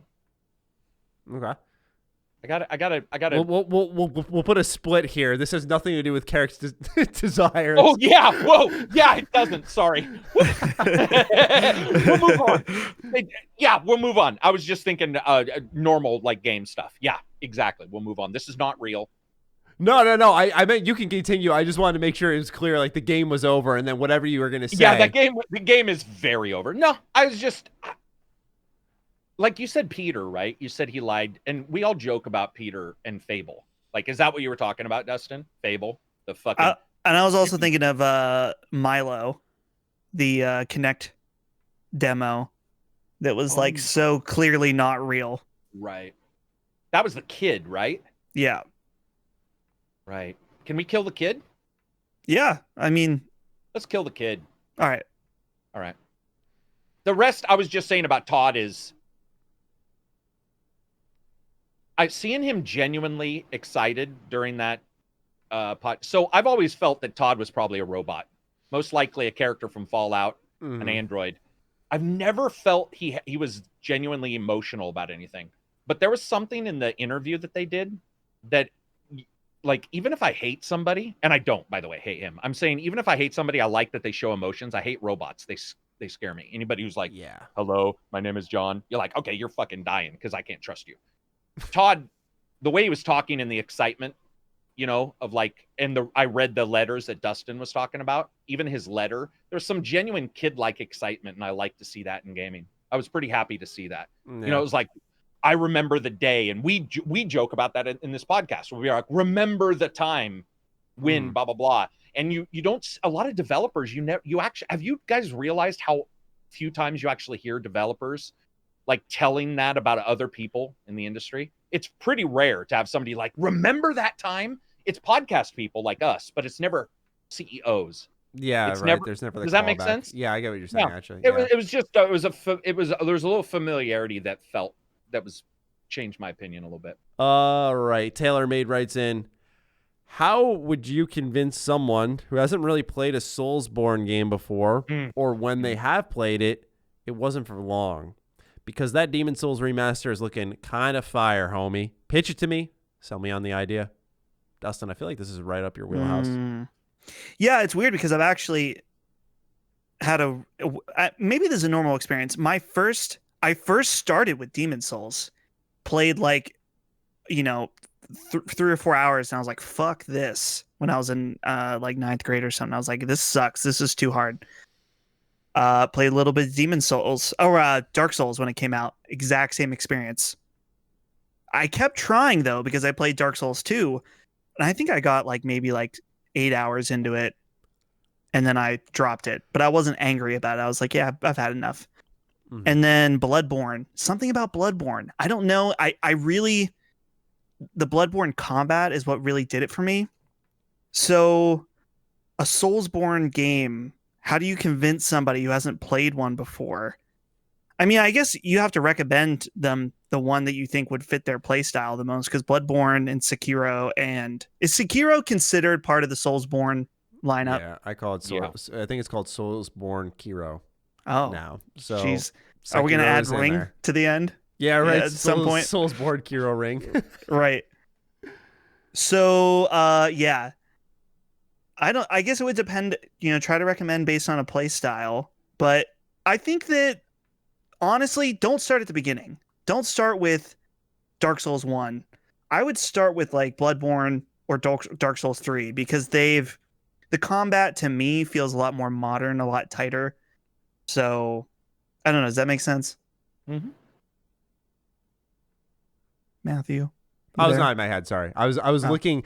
I was looking at the next question because they were using the GIF that you used in your viral meme video, and I was like, okay, dude, so this is a thing. So wait, neither one of you guys have watched Trailer Park Boys at all, have you? No.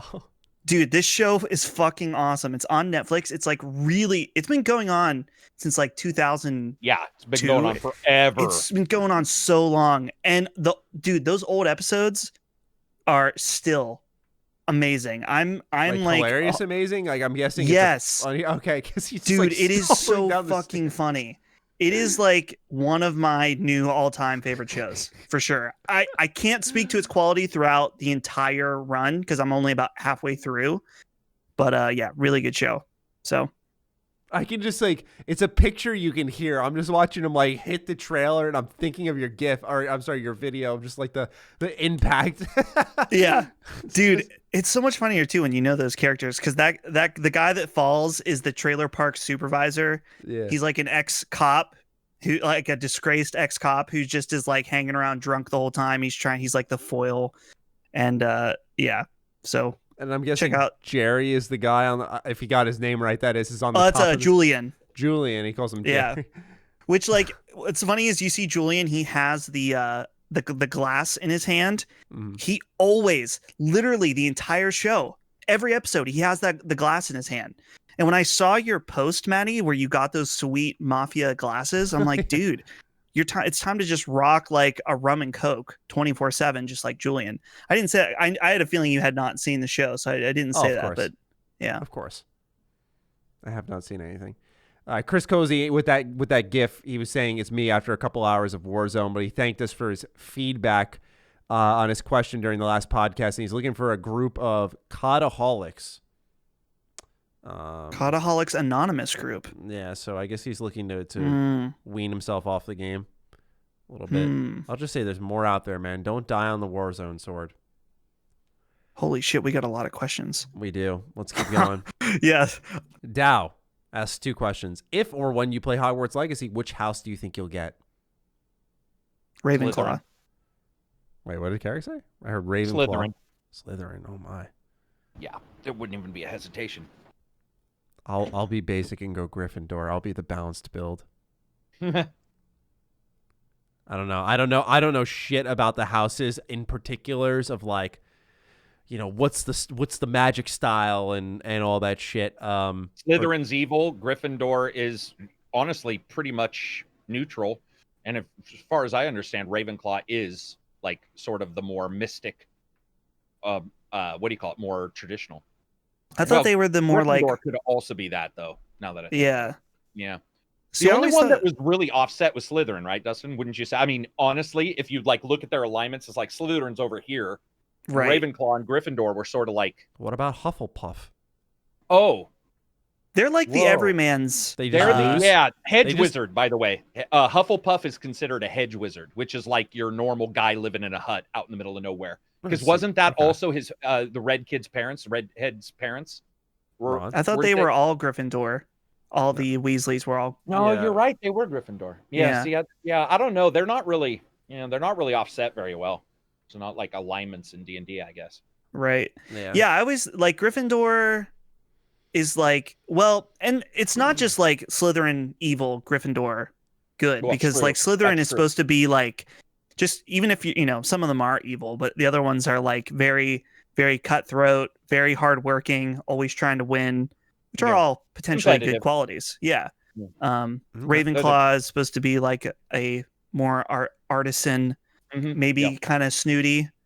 So maybe I shouldn't have picked that Forgot for Maybe all myself. I'll about reform, Hufflepuff. and Slytherin sounds my Dude, style. Slytherin's awesome, man. There was nobody. Slytherin's just fucking cool. Yeah, Everything. sounds It's time It's to all go. about the pure blood. It's time to go. Racist. Oh, that's what they were. They were racist, though, weren't they? Little Wait, racist. what? Some of them are a little racist. Oh no! Just Yeah, saying. yeah. They basically Muggles, which is a true term prior to Harry Potter, but it meant like and mudbloods, which was anybody who wasn't a full. Oh, both I remember parents those were, in the movies. both Oh my parents had gosh. to be magic users, so they were sort of racist in or species. What would it be in that magic userist? Yes. Yeah. I guess. Dow also asks us, do we think Final Fantasy 16 will be M rated? No. No.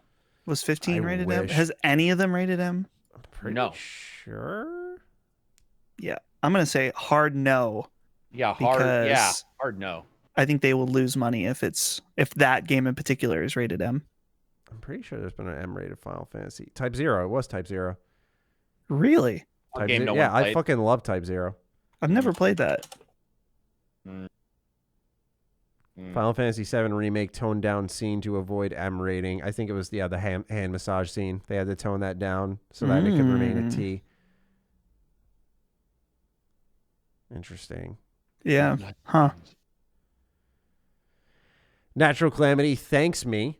Just wanted to say thank you for messing up rapid fire last week, Matty. Your failure was my gain. You're welcome. Enjoy. Chris Cozy just wants to torture me. Do you think the Mass Effect remaster will include Mass Effect 3's multiplayer? That stuff was the shit. And if so, will it be monetized with the same loot boxes as before and then try a battle pass? Well, unfortunately, that's not happening. All right. Moving on to Loki, like I thought we were going to start. Do you think the horrible microtransactions in Fallout 76 will get better with them being under Xbox now? You never really hear about Xbox having horrible microtransactions in their games. All right, gentlemen, let's sink our teeth into this one. I would say that the only time we have heard that, and we have, is Forza, the last Forza. So the last Forza did the store swap thing where they pretend there's no real store issues, and then when it goes live after the review, it pops up. You know what I mean? It gets worse. Activision, yeah. It was bad enough. They changed it. They also had a lot of the wheel thing, where you like spend money to spin a wheel and all that shit. And there was like different little things there. But I would say he's about that, absolutely, actually. yeah, he's absolutely right. Usually they're not. But I think whatever's in place that's working for Bethesda, I don't see him changing that. But Yeah. I could be wrong. But I don't. You know what they could do? Oh my God, guys! Oh no, Karak had an idea. I bet you I will bet you $100 a piece, gentleman's bet. I don't pay anything, or you guys don't pay anything if you're right. I'll pay you both $100 if I'm wrong.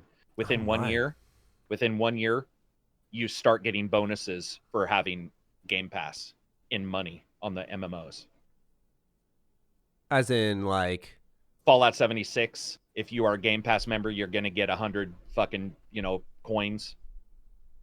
Elder Scrolls. I'll take my If you money. are a Yeah. Game Pass, you think that won't happen? I'm saying it will happen. So so- I'm in the losing side of things. Oh, you're so confident. I get it. You're so confident. I thought you were trying to give me money. Okay. No, Microsoft or Bethesda, somebody's going to work that. That Yeah. will happen. They'll be like, if you're a Game Pass member, you also get. Yeah. Like, Oh, for sure. I will. Okay. I'll say no just so I can maybe collect some money. at the end at the end of next year. What about you, Dustin? Yes or no? I'll say no, simply Just because you've bought us. You Karak. put me in We've this sold out. situation, so yeah. I've sold out to Karak. This will be $600 in one day. I just bet people. Uh-oh. I bet in my other podcast too. I bet 4 against 1. Shit. I won't hold you to it. Don't worry. I'm a good person when it comes to bets. Oh, no. Do you think the horrible microtransactions in Fallout 7? I see. Here's the thing: is I think the microtransactions in like 76 and Shelter and Blades and ESO obviously exist to make money, but I think Bethesda really ran those down because they clearly were trying to sell for longer than we all knew, and so I think it made them more valuable to invest in with all of those games as a service type titles established. So I think now that they are established, there is the possibility. I don't think it's going to happen. There is the possibility it changes, but I think Microsoft would be more happy keeping it as is. Because here's the thing is like, a lot of people like to say 76 doesn't make money. I don't have the numbers. I don't know if it's true, but I feel like if you gave out the Wastelanders update for free, they are making money. That was a big update, like it or not. There was a lot of voice acting, a lot of questing work. A lot of time, it was like 20 hours of content, free. Right. Free. Did it fix the game? Did it make it amazing?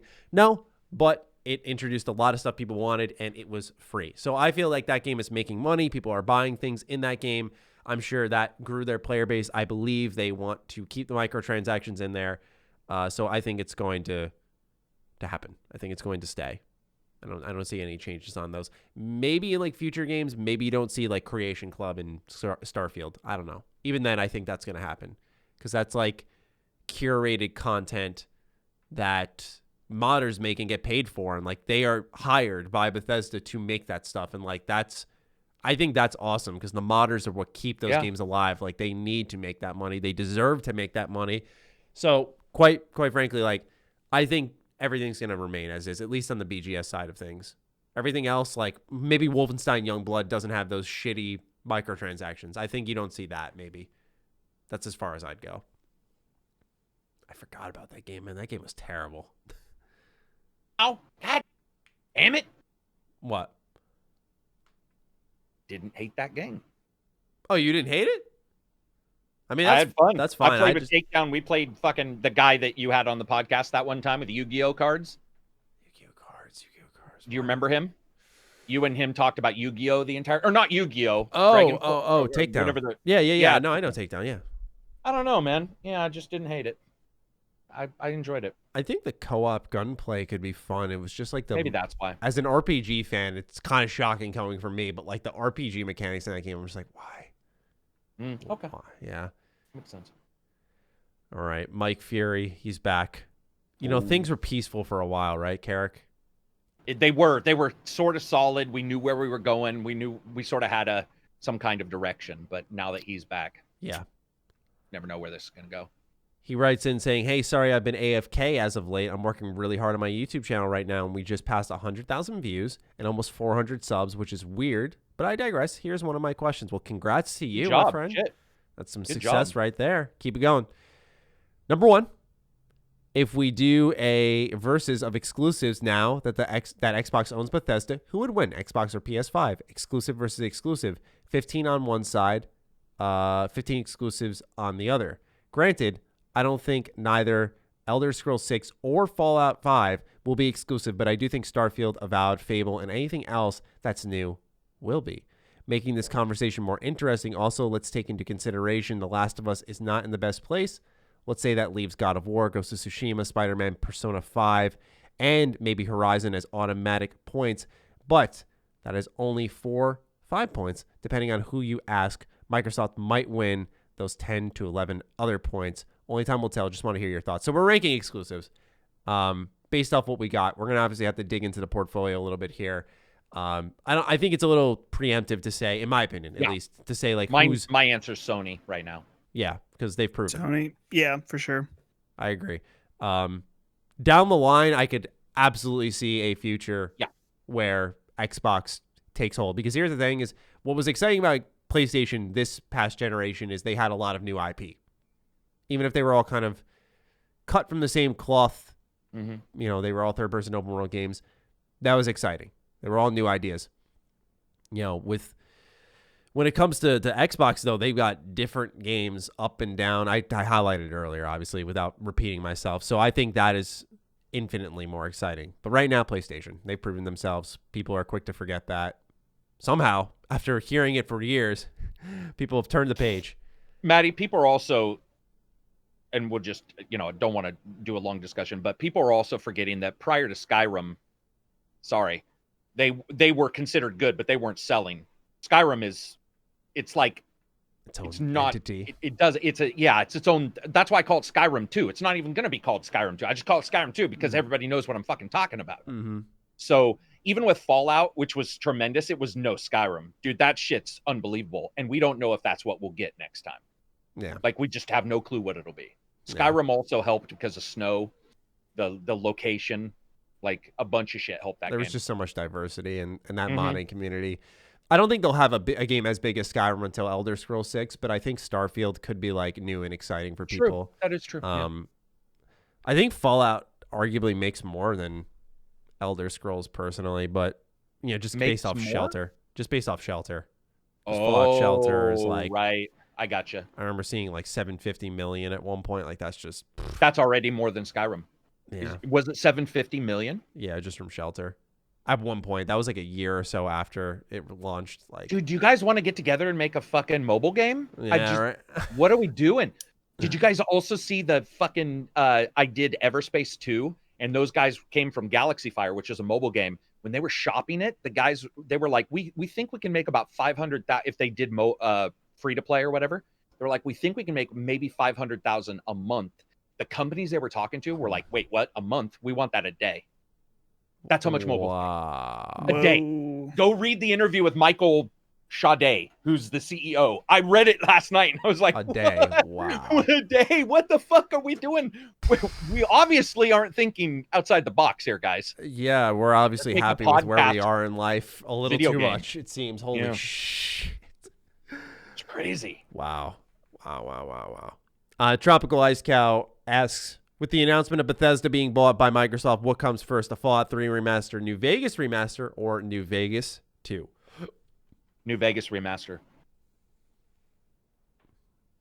Sorry, I was going to agree with you, but I just had to like burp twice. Hiccups? Yeah, not hiccups, just like hiccup burps, not like the whole like, but just like, yeah, I agree. New Vegas remaster, I didn't think of that, but now that you mention it, now that they're all under the same umbrella, that's probably the key. Imagine the fire that starts. Like, oh my, or both do the remaster slash. Oh, the both would be the. Oh my god, that's what, dude. As someone who's like in on the Fallout community, that is like I would.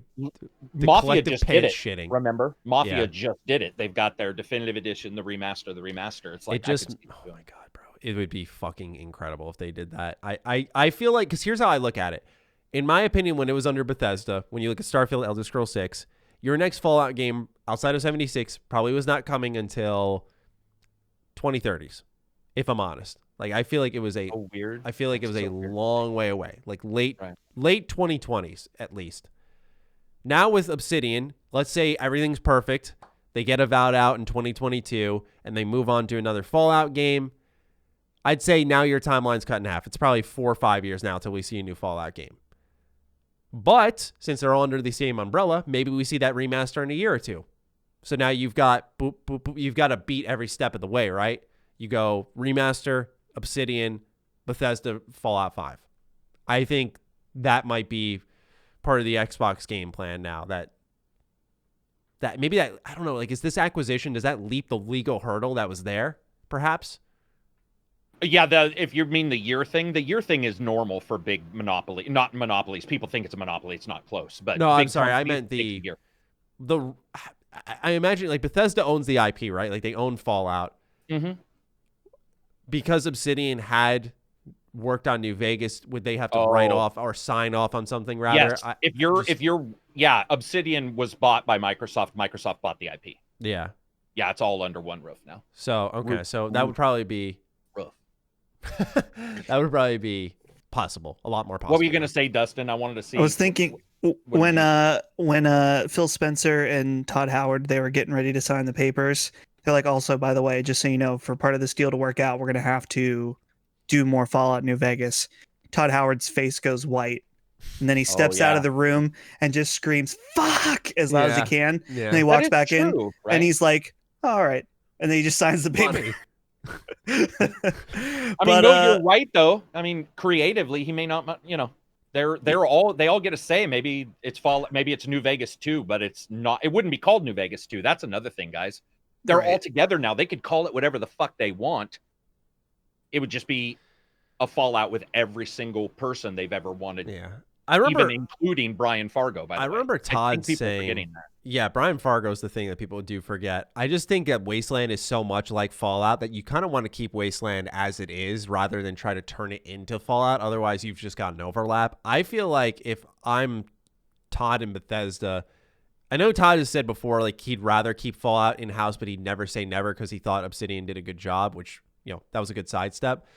But, you know, I just feel like for him, like, obviously they're trying to move their technology forward. They talked about a whole engine rewrite for Starfield. I feel like come the time for Fallout 5 for them, let's say they do that timeline I suggested, they could be so far ahead or, like, playing with new technology that it's not even about, like, Obsidian versus Bethesda at that point. It's just like, okay, Bethesda's in this department technologically. Obsidian's over here. They're making two different styles of Fallout, open world Fallout games, and they feel and play differently, and they have different priorities. Like Bethesda definitely has more of a focus on gameplay and exploration, where Obsidian's more questing focused. Like I was Halo just streaming Wars and Halo. Exactly. Yeah. Exactly. I know what you mean. And I so know exactly. I feel like that's what. Like I feel like maybe Todd, now that they're all under the same roof, they might not be as shy to the idea. I'm not going to speak for him, obviously, but I'm saying like if I were him, I wouldn't be shy to it because. You're talking, he already talked up the tech for Elder Scrolls 6 and like how it needed something like monumental to make their game possible. It's like, if you're thinking on that big of a scale, and I'm sure many developers are, I imagine you could apply that same logic to Fallout 5. And it's like, if you're thinking that big, man, then like, dude, you know, you can definitely, you could definitely imagine that they could, in their heads at least, blow whatever Obsidian's doing out of the water and not have to worry and just collect their cash for whatever they work on. But I think a remaster is good for all. So for now, that's probably the easy next step. Funkrat writes in, earlier today I was at Barnes & Noble and I found a real copy of the Your Special children's book from the opening of Fallout 3. I bought it, of course, as Fallout 3 is my favorite in the series. Hot take. I don't think that's actually a hot take anymore. Not for me. I'm starting to learn. I don't think it's a hot take anymore. I think things have turned around. Now that everyone's under the same roof, we're going to keep using that term. A lot of people are suddenly very respectful if you like Fallout 3. But it got me thinking, if you could have one thing from a video game in real life, what would it be? Hard mode, no weapons, armor, gear, clothing. The clothing, that's bullshit. That's bullshit. Clothing would be what is he talking about then? If you just removed like a item from a game world. But you can't have weapons, items, clothing, or you can't have weapons, armor, gear, clothing. So you have to pick like a Pokeball or... I say fuck hard mode. Let's just go with normal, which is whatever we want. Sorry, my answer is the same no matter what, and that's Ashley from Mass Effect. Okay. I cannot argue with that. Yeah. All right. Wow. That's a good answer. Mm-hmm. Uh-huh. That's a good answer. A scouter from Dragon Ball. I would love to read Dustin's power level. Over 9,000. That'd be awesome. Just sitting here during the podcast, just scanning him as he gets infuriated over my take on NieR Automata's combat. See it just raise a little bit. Oh, no, that was mine. That was technically more mine. Yes. That was technically more mine. Yeah. I was Super Saiyan at that point. Man, I feel like I can't think of anything super... I know there's something that I would want... We'll just say... How about... Man, I was going to say the glider from Breath of the Wild, but like they have hang gliders in real life, so that's like a wasted you take the choice slate for whatever reason. What about like the Normandy from Mass Effect, like a spaceship? It has weapons, but I'm assuming you could remove those. It'd be pretty cool. Right. Yeah. Yeah, I don't know. We'll just go with the glider since I'm clearly not creative and can't think of anything right now. We'll move on. Pluralizes everything, writes in.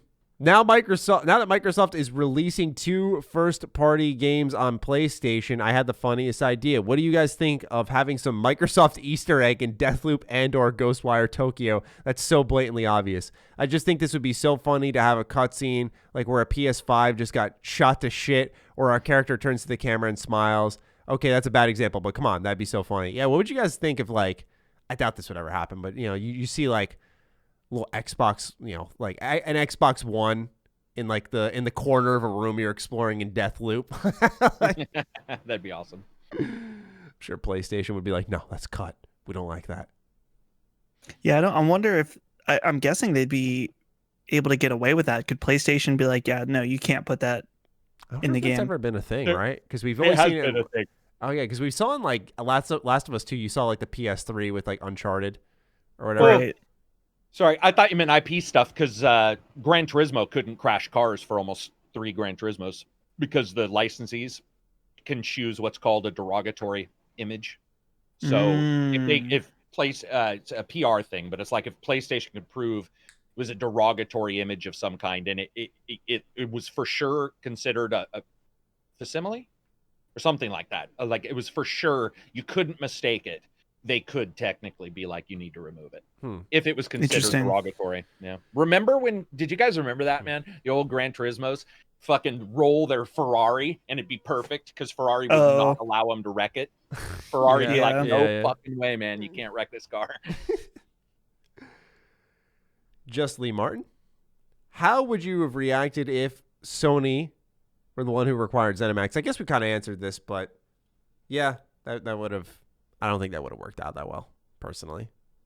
It would have been a money grab move. Not that this other one isn't. I just feel like the relationship is more obvious on the other side. Yeah. He's back. Fat cock. He's back.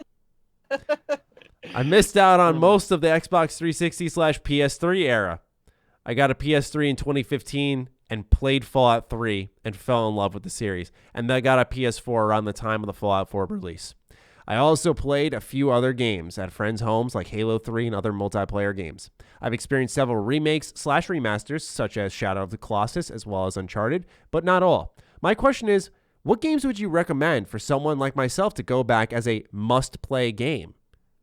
This is fun. Someone who missed out on all that. Yeah, Dead Rising is there's so much to pick from. Dead Space. Dead Space. Dead Space is stuck back there. Dead Space. We'll just start with A, B, and C and do it. No imagination. But yeah, both of those for sure. Yeah. I'm gonna go make this simple. The BioShock series. BioShock 1. You could probably skip 2. It's not horrible, but it's not great either. In my opinion. BioShock 2. Sorry. And BioShock Infinite is I've had mixed feelings. Like I loved it when it came out, and then I kind of was down on it. And then last time I played it, I was like, that was really good. So yeah, I recommend it. BioShock is a good suggestion. They're all strong. Yeah. They are all strong, even if one or two of them we didn't. Yeah, I think BioShock 2 is weaker, but I do not think it's a bad game. I think it's actually a very good game. You just doubled down. You're still wrong. I gave him the out too. Did you notice that? I gave him the out. I'm like, they're all strong. And Dustin's like, let me return back to make sure that I nuke the ground. No, you're like me. That's what I do. I'll be like, yeah, you're right, but 2 still sucks. So anyway, and you just, I love it. It. It's awesome. I love it. Dying on the sword.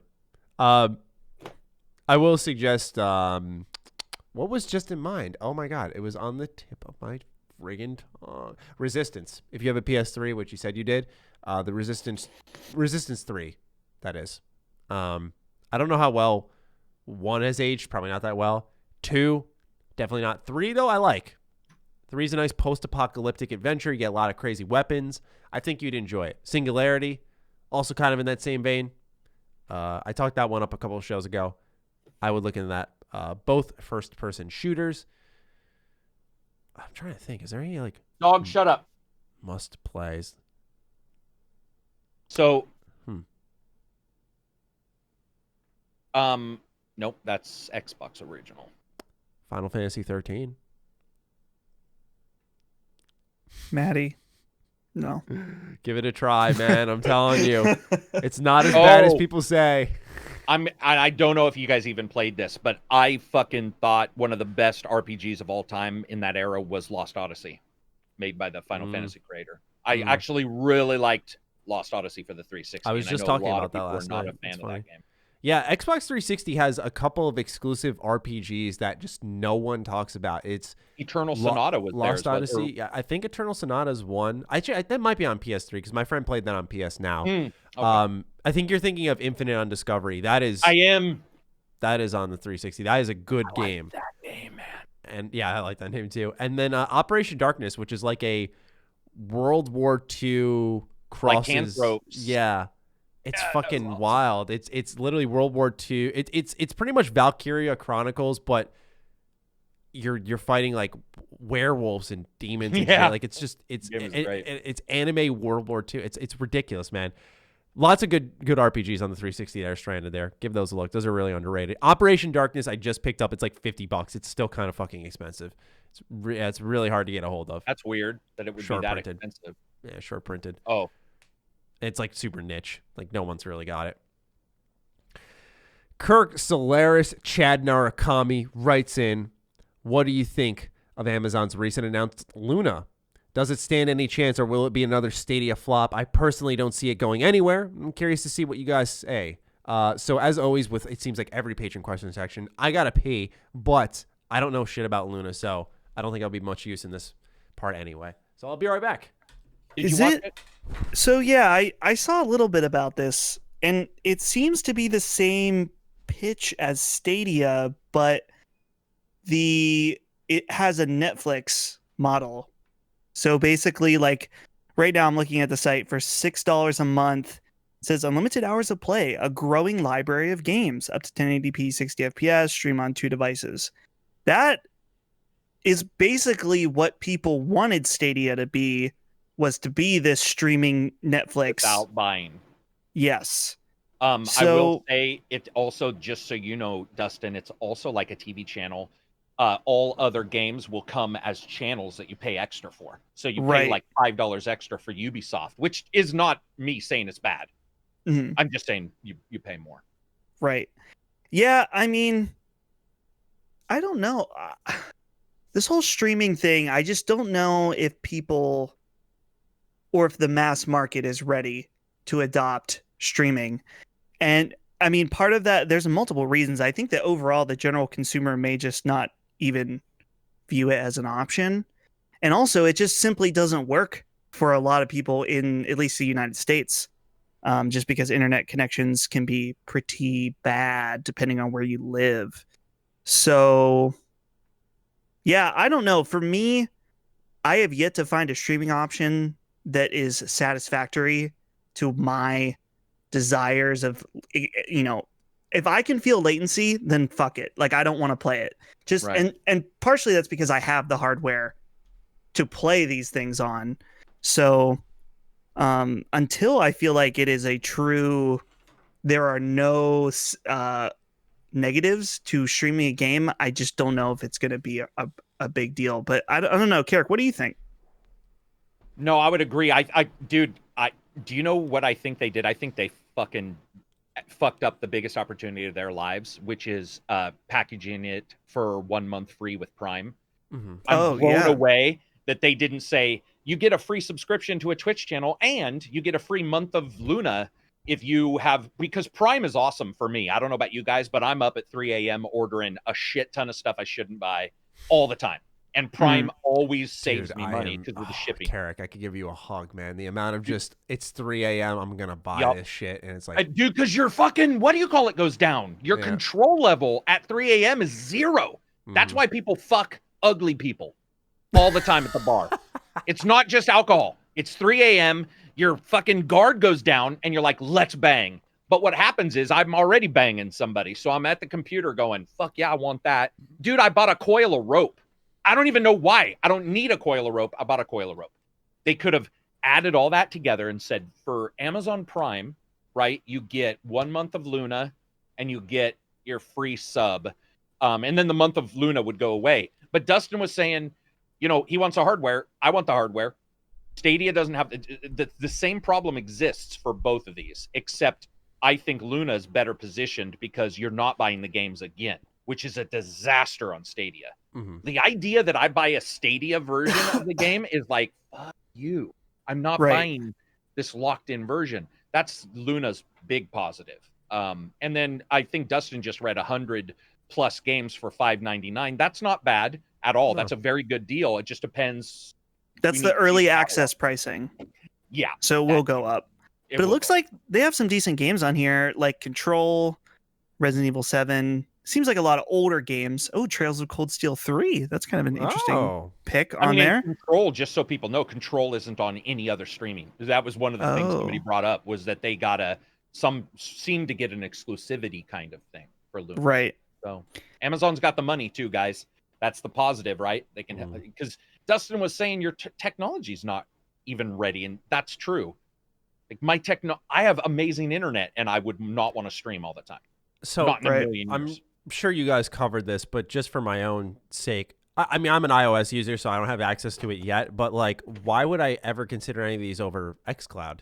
You really wouldn't, right? Because xCloud currently doesn't work on iOS. Okay, so if that happens, it's over. If that happened, your library is the big thing. I mean, because Luna. Oh, and you don't have... Yeah, see, I don't know, because xCloud does give you a copy on your local to play, so there is that positive. It doesn't just stream, it downloads? I'm confused. It does both. Oh. Yeah, it does both. Oh, Luna doesn't. Luna's just streaming. You're right, xCloud does offer more, but it's also, catalog. He said there's some pretty cool games. You just have to look at the catalog and be like, honestly... But doesn't xCloud work through Game Pass? So yes. You just have all... But just Game Pass. Right. And okay. What he's saying is Control is on there. Well, Control is not on Game Pass, right? Or is it? Gotcha. No, it's not. Yeah. Isn't it amazing how we had to pause and think? It's so... That's another thing, guys. I'm going to say Americans because we imbibe first, I think. And then most other groups look at that's just sort of the way it is. We're the ones who are grossly taking in as much content as possible. Like, that's sort of America. Are we ready for another fucking service? That's another thing. I mean, maybe we are. I don't know. Only if it's good enough to be compelling, I think, because clearly Google Stadia was not compelling enough. Oh, that's true. Yeah. So what am I saying? That audience spoke on that, didn't they? Yeah, and that's the thing. I mean, I think that even in a crowded market, if you can differentiate yourself and show that you're worth paying for, then sure, then maybe there is room. But honestly, right now, it seems like the only compelling streaming service is xCloud, which is severely held back right now. That it doesn't work on the world's most popular phone. Yeah. So true. So yeah. So I don't know. We'll see. All right. Vault 101 guy writes in saying this may be a Karak geared question, but would this new generation's SSD on consoles allow developers to be efficient with file sizes? Oh, no. No. Yes, that you won't have to double up.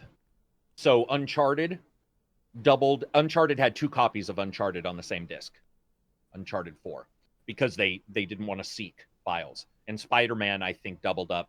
But, guys, they're getting bigger. Yeah, like uncompressed audio is huge and that's another thing. If it's an MP3, just so people know, that's already compressed. You can't compress, that is a compressed file. So we have huge MP3s with good quality. That bloats your file size. That's why games with speaking parts are so big sometimes. Mm-hmm. So I don't know about you guys. Also, I don't think they care. They're just figure it out Play yourself. Our game. Yeah. We're gonna put this, so I don't know.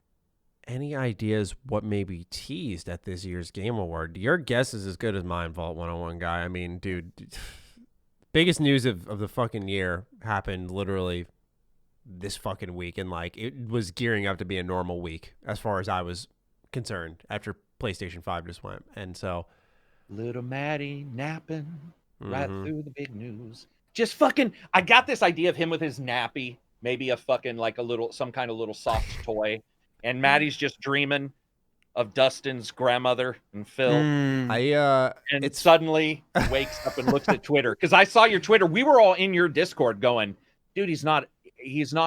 Somebody said he's not responding. I'm like, no, he just did, because you had just responded and said, I fucking chose this day to sleep in. Yeah, I was like, I'm tired. I'm sleeping in. I had a video prepared. I was like, I'm good.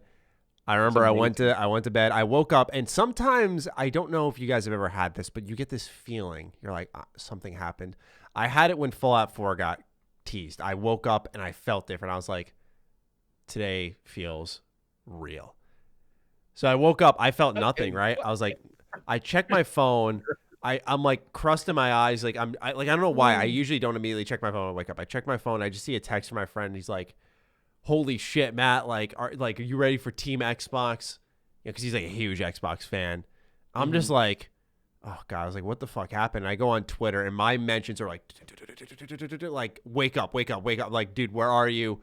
Are you okay? Like, people were worried about me. Are you okay? Yeah, people were like fucking worried about me. What is he gonna do? Is he gonna fucking I don't understand. Are you gonna climb up a building instead of jumping off of it? I think people were like literally thinking I was like strategizing something business wise. Like I was building up the anticipation. Like I'm sure people were getting pissed at me. Right. I was just like, I just wake up. I'm like, oh, I was like, oh, I gasped. I just like the idea of Matty in his little athletic tracksuit, fucking on the phone with Phil, and Phil's like, dude, we're announcing. And people are expecting Matty to be like, copy that. Like he's got a red phone in the corner, you know, and he hangs it up. And then Matty's like, engage, fucking, upload video. Yeah, I don't know what they think. It probably, amazing.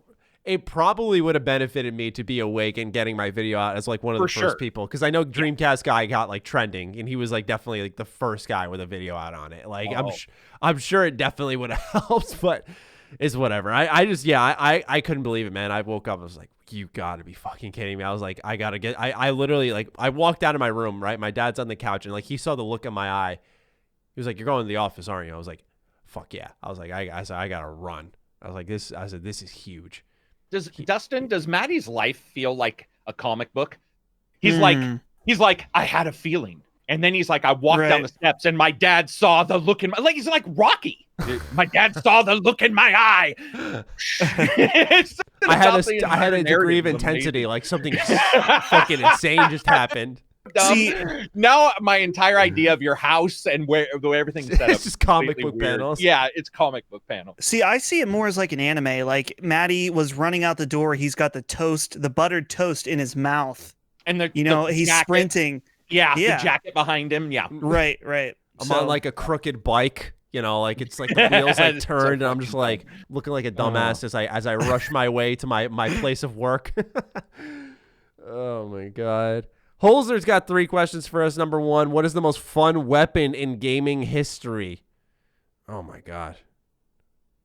The dubstep gun in Saints Row was probably my that's favorite. A good one. Wow. I'm gonna say energy sword, Halo multiplayer, because just getting someone with one of those just perfect. Needler. Oh, Needler's good too. Yeah. Yep. I changed my answer. Fun weapon. What's a game where I play where I'm, dude? I don't know. I don't know. I can't. What about Fallout? There's no weapon that you're like, this is my favorite gun. The mini nuke. Yeah, the mega. The Fat Man. Fat Man's solid. Wow. Fat Man's solid. Actually, you know what? You know what? Thank you for saying that. There is the variation of the Fat Man that will break your Xbox 360. It shoots out like 4 mini nukes. Oh, yeah, it crashes it. And it has a good chance of breaking your game, and I love that. That was awesome. Yeah, because anytime you had like a behemoth was coming your way or something, you're like, okay, launch here it. we go. Yep. Just you're dead, and then like it doesn't matter who you are. I forgot the name of it, but that would definitely be you or my save game, you son of a bitch. Number 2, what is the biggest power trip you've experienced in games? Yo, when spoilers for Mario Odyssey. I don't know if that's even a thing. At the end of Mario Odyssey, you throw the hat on Bowser and you become Bowser at the end and you fucking rip shit up. Mm-hmm. It was awesome. 10 out of 10 experience at the end. That is your biggest power trip, huh? Oh yeah, fuck yeah, dude, being fucking Bowser. No, I'm not. I'm not Don't even questioning fucking it. question me, Maddie. Enough. You've said enough this podcast. Okay, you borderline almost dissed the fat man. You're like, oh, it's okay. Okay, Yeah, I don't know what the fat man thing confused me. It's like it was solid. Well, because the thing is, it's not really like a couple things. Ammo break up with the weight, chick later, and you're like, she was okay. ammo weight. You know, is it feasible in all situations? You should kill yourself in the process. It's for sure feasible and all. What do you mean? No, If you shoot at your feet, you're dead, but so are they. It's always feasible. Then you got to load your game. Who's winning? AI is forever there. I will be Maddie, dead, buried. to AI. justify your My dog weird is ass looking takes at this just show. going like, yeah, even my dog's like, dude, this guy's Biggest power trip in a game. You know what? There's a part at the end of KOTOR 2 that you just really feel. It's on the final planet. And I'll just say the amount of enemies you take on, you very much feel like you have ascended, so to speak. That'd be one of my Ming, quiet. One of my favorites. No, you're good. Mine. Mine would be Mass Effect. Well, okay, Power Trip. Power Trip means you're like mowing people, right? I would say, yeah. That or you feel very empowered. Even if it's like platforming, I guess, yeah. Like, you could do that. Because what I was going to say was I felt at the end of Mass Effect 1 when, like, Shepard and everybody's attacking and then they smash the Normandy into the tower and all that was pretty empowered. But, like, empowered feeling would probably be a God of War game. Yeah, the fucking you stranger boss fight. Yeah, I mean, but I agree with you that because you said KOTOR and I wasn't thinking KOTOR, but I think at the end I kill Revan every time, or not Revan. I'm sorry. Malik, yeah. Yeah, I kill that guy in like a quarter of a billionth of a second, Maddie, every time because I'm so overpowered and I've got like 2 lightsabers and he comes in and you have to do the thing where you kill the cryogenic. Yeah. Kill your topic, and I'm just like, and usually it's just like. That's it. So I would say at the end of KOTOR 1, because of the way I play, I'm so overpowered that it's ridiculous. Yeah. That would be mine. Yeah. Number 3 on the other end of the spectrum, what is your death row meal? Oh. Filet mignon and chicken wings. Huh. Cheesecake. Filet mignon is just a sleeve of Oreos with milk. Filet mignon's the round one, right? Yeah, it's the real expensive. Real tender. I like steak, but I don't have that much money usually, so it's usually. I've never bought one. Oh, gotcha. I've only gotten them at like since I was a videographer, I would do weddings and stuff, and so I would get a meal, and so I got a couple filet mignon that way, a couple company parties in the past. And that's when you were like, oh shit. Yeah, I have yet to buy my own filet mignon. Maybe at some point. What'd you say, Maddie? Sorry, I was. Oh, Oreos with this with some milk. Basic. I'm with going, a fork. I'm going. No. That's what I was going to say. I specified that's with exactly milk. What I with milk. They give me a fork. I'm breaking my way out with that fork, and I'm not on death row anymore. Yeah, that's the. Yeah. Well, I was actually going to say, like the prison guard as my last meal, and then I was like, nah, I'm not going to go crazy. But but if they're if they're dropping T-bones, I could take the bone out. We could kill some people. We could all escape with all of our meals. We could figure out a way to escape. Yeah, I could like cut the edges of my Oreo into like almost ninja stars. No, you break the glass, man. If they're stupid enough to give you a glass of milk, you got a weapon right there, bud. This is true. Good. This is true. It's a survivalist mentality. What we need. Grimblade writes in, I was away for this, so maybe you guys answer this. With Amazon officially entering the streaming wars, how can Stadia and Luna compete with the growing lineup of Game Pass, and where do you see streaming wars in, say, a year? I think we mostly covered this. Okay. I mean, other than to summarize, streaming will not take off until it's perfect, or at least close to perfect, and it's far from it right now. So, okay, who knows? I'm good with that. Karak, anything you needed to tag on? Nope. All right. Scuba Vendor writes in. This one's for you, Karak. I want Karak to tell me that xCloud is magical and will create world peace, and I don't need to be worried about the future of streaming. Anyway, my question. I don't know why he wants that, actually. Because I've said it's magical on my Discord. Oh. And in your Discord. I was in your Discord saying okay, so is he kind of like teasing you? I think, I'm sure. Yeah, he's definitely teasing me. Nobody would listen to me like that. He's for sure taking the piss. And I'll get him. There we go.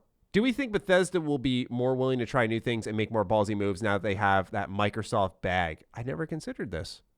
I did, and I was fucking forgot to ask you guys if you guys thought that. Like, it's a good question. And it might be a longer one than this. But, like, I think so. Yeah, you would imagine. Yeah. You would imagine, like, where do you see that money going, right? Like, Doom looked like they put a lot of money into it, right? Like, I don't feel like they shortchanged that game. Mm-hmm. I'm trying to think of a game that maybe, like, is Youngblood not... Wolfenstein, yeah. Yeah, like, is that... Yeah, even Wolfenstein 2 was pretty short. I liked Wolfenstein 2. I know that's a game that some people are very conflicted on. I thought the story was great, but I understand there was a lot of cutscenes versus the gameplay. Maybe they have more gameplay segments stretched out. That would be really good. I would like to see where the money would go on a game like that, personally. Yeah, I think Microsoft would have the impact. I think that maybe with that money they can take a risk on a Dishonored 3, whereas they couldn't before. Yeah, I'd like that. Or a Prey 2, right? Because we talked about that maybe when Maddie was gone, but we were Dishonored versus Prey, like what we could see if we're going to see sequels. Benjamin says, quick question. I'm having issues with the RSS feed. Could someone point me in the right direction? I believe that has to do with our mobile version. It would help just for future sake if you specify what issues you're having. But right now, I think our last episode did not make it up. So just know that if it's like episodes missing, that is why. So it's not something we're like unaware of. Coach Blue wants us to rapid fire him, so we're going to do that. He literally said, rapid fire me, baby. So we're tearing through his questions, man, because we still got a decent chunk. This isn't even a question, this first one. Yeah, it is. Maddie, West Coast is absolutely the best coast. Do not kid yourself. Karak knows what's up. True. That's all true. Just, sure. You know, whatever lets you guys sleep at night, that's fine. That's all that matters, right? Like, if you guys sleep the whole night and this is what brings you comfort, that is okay. Number 2, Maddie. Yesterday, you unveiled your passion for Thomas the Tank Engine as a kid. Yeah, this was on Exercise. I knew that there was something weird I liked about you, but for real, I used to play with Thomas Railroad toy sets all the time. Those were the days. Yeah, so I was a big Thomas fan. I went to like a convention for Thomas the Tank Engine as a kid, and they had like all the trains set up and stuff that you could go on. They had like that's the talking one, right, Manny? Yeah, the blue front. one. Yeah, Henry was my favorite. The green one. Greenwood. Love Henry. Number 3, if Darth Vader was a sports player, what would his jersey cape be? 69. That's what I was gonna say too, just because that's like I was like, Vader's surely no one would say that. Yeah, why not? Let's see here. Now we're on to Paco Luigi. Would any of you ever consider a Truman Show-like life if you were always taken care of? How important does privacy factor into your answer? So I'm guessing that means cameras rolling all the time? Yeah, no, absolutely not. You got to have and obviously more than just whether it's intimate moments or if you're taking a dump, you got to have privacy overall. You know what I mean? Like, it just, I thought of having people watch me constantly just sounds terrible.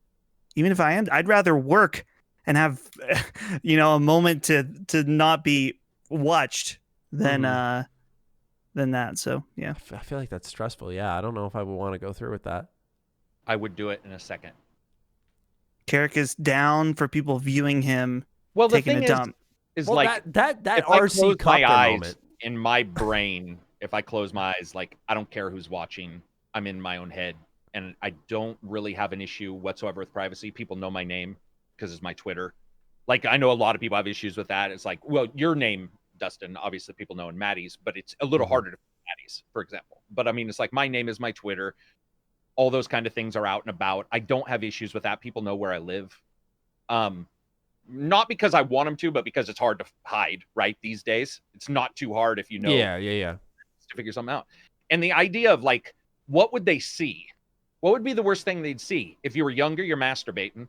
If you're older and married, you're banging somebody. Dude, I'd be like, give me pointers. Like, I would not give a shit. Because why? Like, as long as they're not like a man of feedback. Well, I mean, as long as like they're not right here as a hologram, I don't. So they're in the doorway watching you just go. That's what I'm saying. Like with this camera here in front of me, I've never had an issue with a camera, ever. Like I don't get shy. I don't get. So the idea of people watching wouldn't be. And privacy has never been important to me. I don't know why. I had a really weird childhood though. I lived in a room that was, no lie, not bigger than the single bed I had. I was Harry Potter. My room was. I always thought that was cozy. I thought it was. A lot of people, my friends, would come over and they'd be like, "Dude, I can't even sleep," because I had a little tiny floor and the bed they had to build in the room. And so I spent most of my time out in the living room with my family around. So I think I'm accustomed to having people around. What about you, Matty? Would that bother you? Like, would it bother? I mean, I get it. People want to be private, I guess. But well, see, because you kick things off with like, I'm gonna do work. The camera's gonna be rolling, and I want pointers, right? Like you were just about that. I don't know how I'd feel about the cameras rolling during, as Dustin would put it a little, elegantly. So you're smushing. Moments. Right? As not Parks and Rec, but Brooklyn Nine-Nine. You're smushing. You're smashing one another.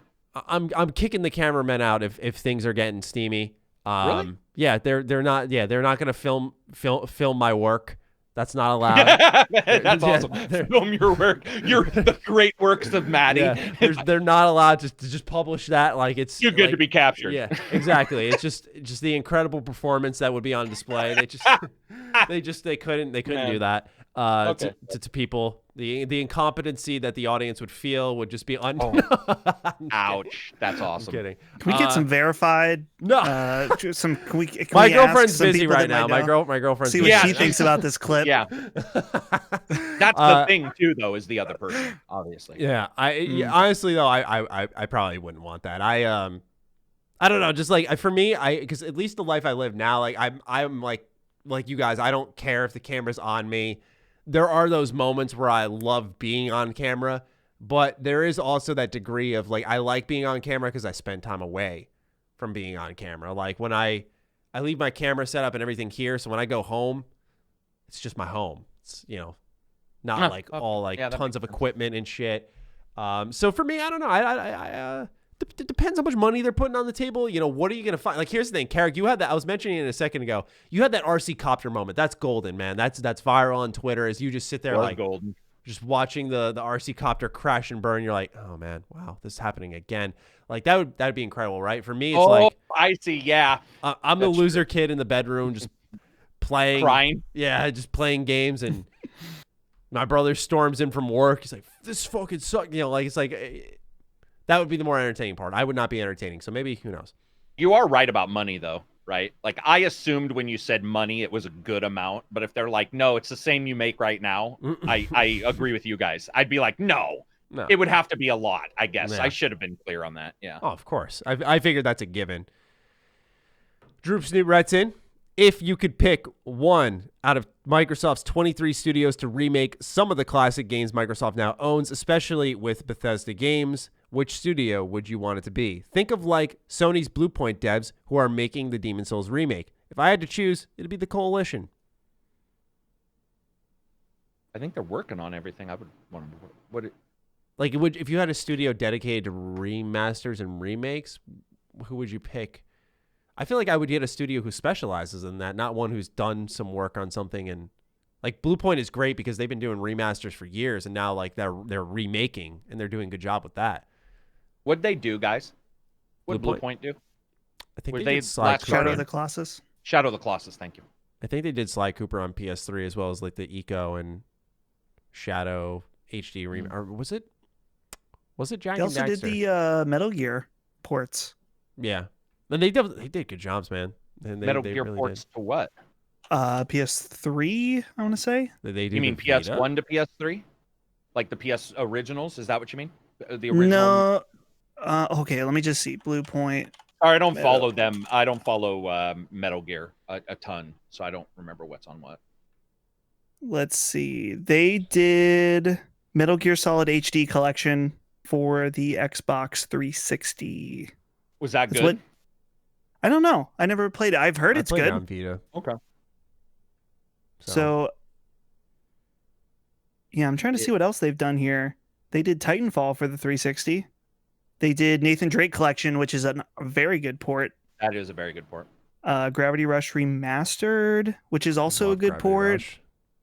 So yeah, I don't have an answer for this question in particular because I would just say find a studio that is like a Toy Logic, like a support studio that's trying to like punch up a little bit.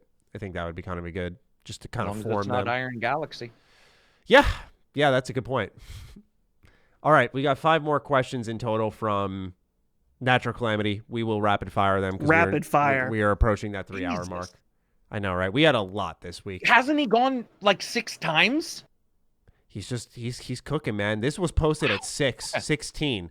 So it's 8 right now as we're wrapping up this show. He knew we're recording this and he's like, I'm gonna get more in. Fuck them. I know. Fuck their free time. Fuck their weekends. They're starting it late. All right. Question 1. A thing I love about gaming is there is always something to look forward to. Always a Cyberpunk or an Elder Scrolls 6 to look forward to. But with the release of one of the highly sought after games, Cyberpunk 2077, finally coming out, I wonder, will we ever get to a point where there isn't something to look forward to in the far future? I feel like as long as you care, there will always be something. With the industry being so big, there's so many good games now. There will be always something to be excited about at this point. I went through a new tech is a really good point. Yeah, because I went through a lull in like 18? No, it was like 2016 where just nothing grabbed me, man. Really nothing grabbed me. Like I played a lot of Overwatch, but that was really about it. And so I think now we're in a really like, I would say almost outside of Game Pass, like underappreciated era of gaming. Like, I think like we're just getting really fucking good stuff, man. Like, not that these games are perfect, not that like we don't have to worry about other issues, but I think we're getting really good stuff. So I'm just enjoying that. It's always something good coming out. Question 2, Microsoft just bought Bethesda and my little Xbox fanboy heart almost can't take it. But a thought that came to my head is now Microsoft owns 4 leading studios in the Western RPG market. Are they on the edge of oversaturating the Xbox ecosystem? Or you say more the merrier and Game Pass will let them breathe a little more? I think Game Pass is always about over-delivering on value. So if you're getting like 80-hour games on that service, like that's never a bad thing. I don't know. I'm burnt out about talking about Bethesda and Microsoft. Fuck it, skip it. Fuck it, skip it. No offense to Natural Calamity. No. Yeah, no offense. I just think we've talked about That's fair. My answer will suffice. Yeah. That'll be it. Question 3, how do you guys keep track of ideas for videos and what is your strategy for coming up for ideas? Is it a day ahead or do you have a list of running of anything that pops in your head? Both. And I use Evernote. It's the best thing I've ever used in my life. Yeah, I got both. I have a list on my iPhone. Whenever I come up with ideas, I write it down. And what I do now is I'll talk to the guy who helps me edit my videos just to give him an idea. And now every Sunday I kind of lay out like, hey, here's like if there's no news, what we're doing each day up until Saturday. And so sometimes like for this week, I was like, Monday we're doing this, Tuesday this, Wednesday this, and so on and so forth. And then obviously Bethesda did their thing. I was like, all right, it's out the window. I said, we'll do this shit next week. Like my Mario review, it's ready. It's good to go. It's been ready. But I'm just holding on to it until like there's a dead day. And I'm just like, I'll release it then, man. Because fucking one of the best selling games of the year. Like no one's waiting for should I buy this? It's just like, what's my opinion? I'm just like, right. 64 is great, but Sunshine? All right. Dustin, how do you keep track of your shit? Yeah, so I have a list of side quest videos that I want to do, but lately like current events has been popping up. So yeah, it's a mix of keeping up to date with what's new and whether that's worth doing and trying to keep stuff that's also more involved. So yeah. Right on. It's mainly just an iCloud note for me as well. Yep. Note section on phone, underrated. Question 4.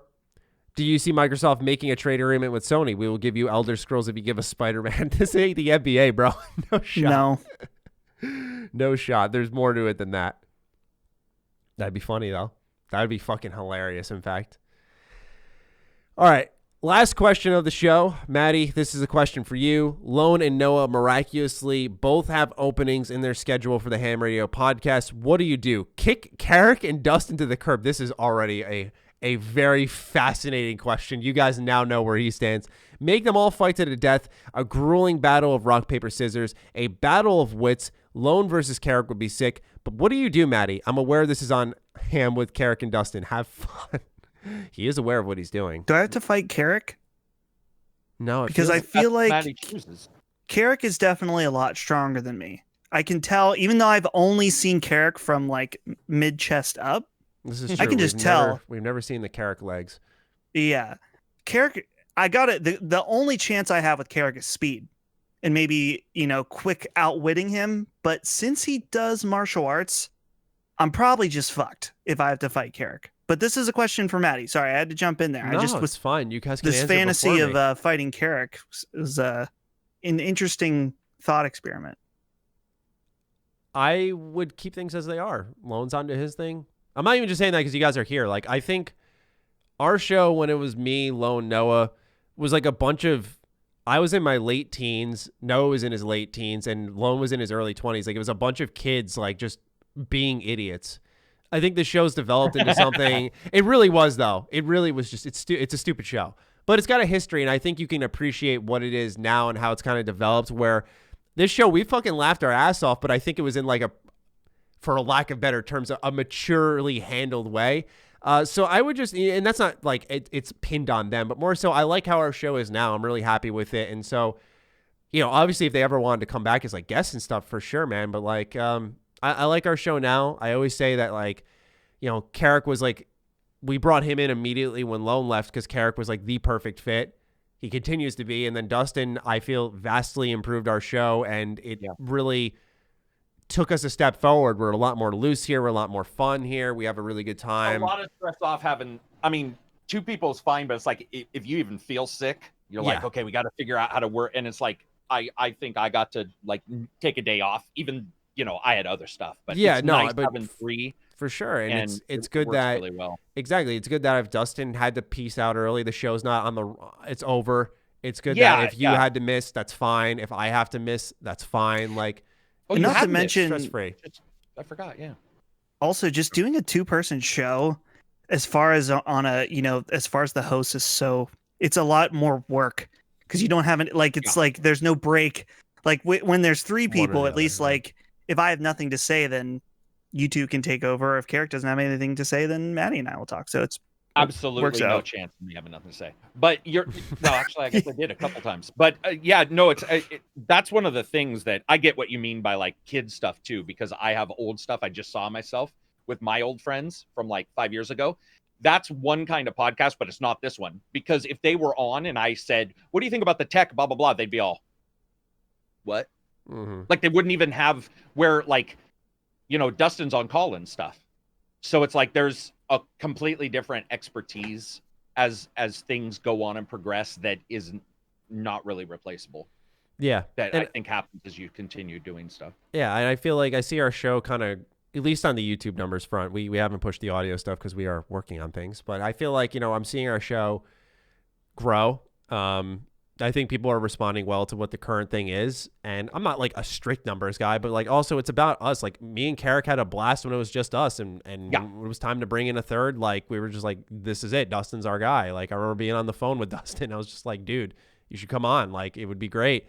First episode with us was like a dream. And I was like, yep, this is it. Like this is the move. And so, I'm just all about feel, right? Like a lot of people forget when I brought Lone on, when we started the show, Lone had like 1,000 subs on YouTube. Like I just brought Lone on because I liked Lone. Like that's the thing. I think a lot of people forget like a good podcast works because you're friends with the people. Like if I fucking hated Karak, but talking to him for like 3 hours each week on a show, like how does that work? Yeah, it's you got to like each other. Friday too. Yeah, right. I don't have any filter on Friday. Like I disliked somebody it would be, you'd know. Mm-hmm. Like, I think any of us, like, it's Friday, it's late, it's 8 o'clock for you guys. I mean, Yeah, it's because it's 5 for me, so it's got to be 8 for you. It is right? 8:10, yeah.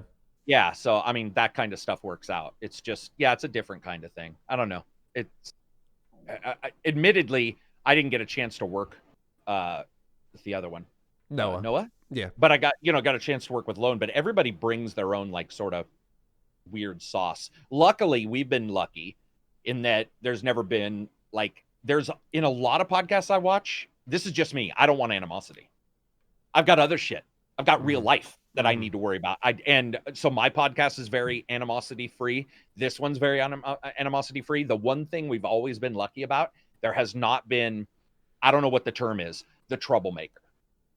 I don't know. There in a lot of podcasts, my favorite of all time, One Up Yours, like Garnet Lee was on there and a couple other people, and there was 1 or 2 people where I knew they were the trouble. I don't know how to. There's no other real. I'm trying just to make sure I get it. Are you talking about like a person who just causes strife, or they say something on air that you're like, ugh?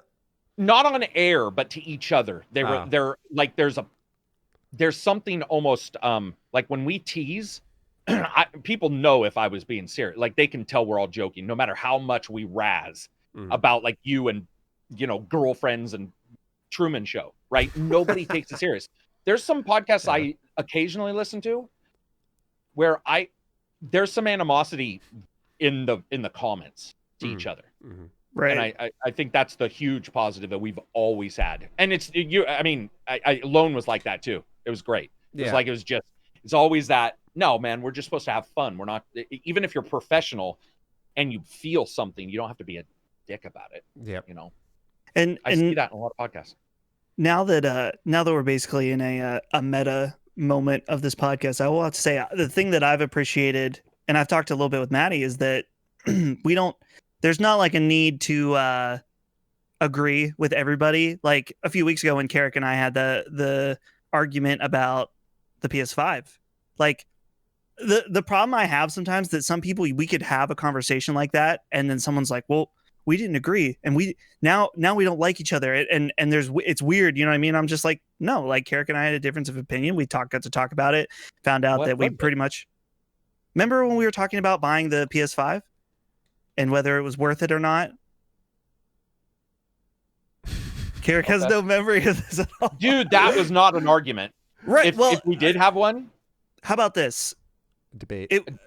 To some people that would have been considered an argument because we had a difference of opinion that we were willing to fight for. Oh, all right. And gotcha. Dude, I'm telling you, I've been in conversations with like that with people that have left upset.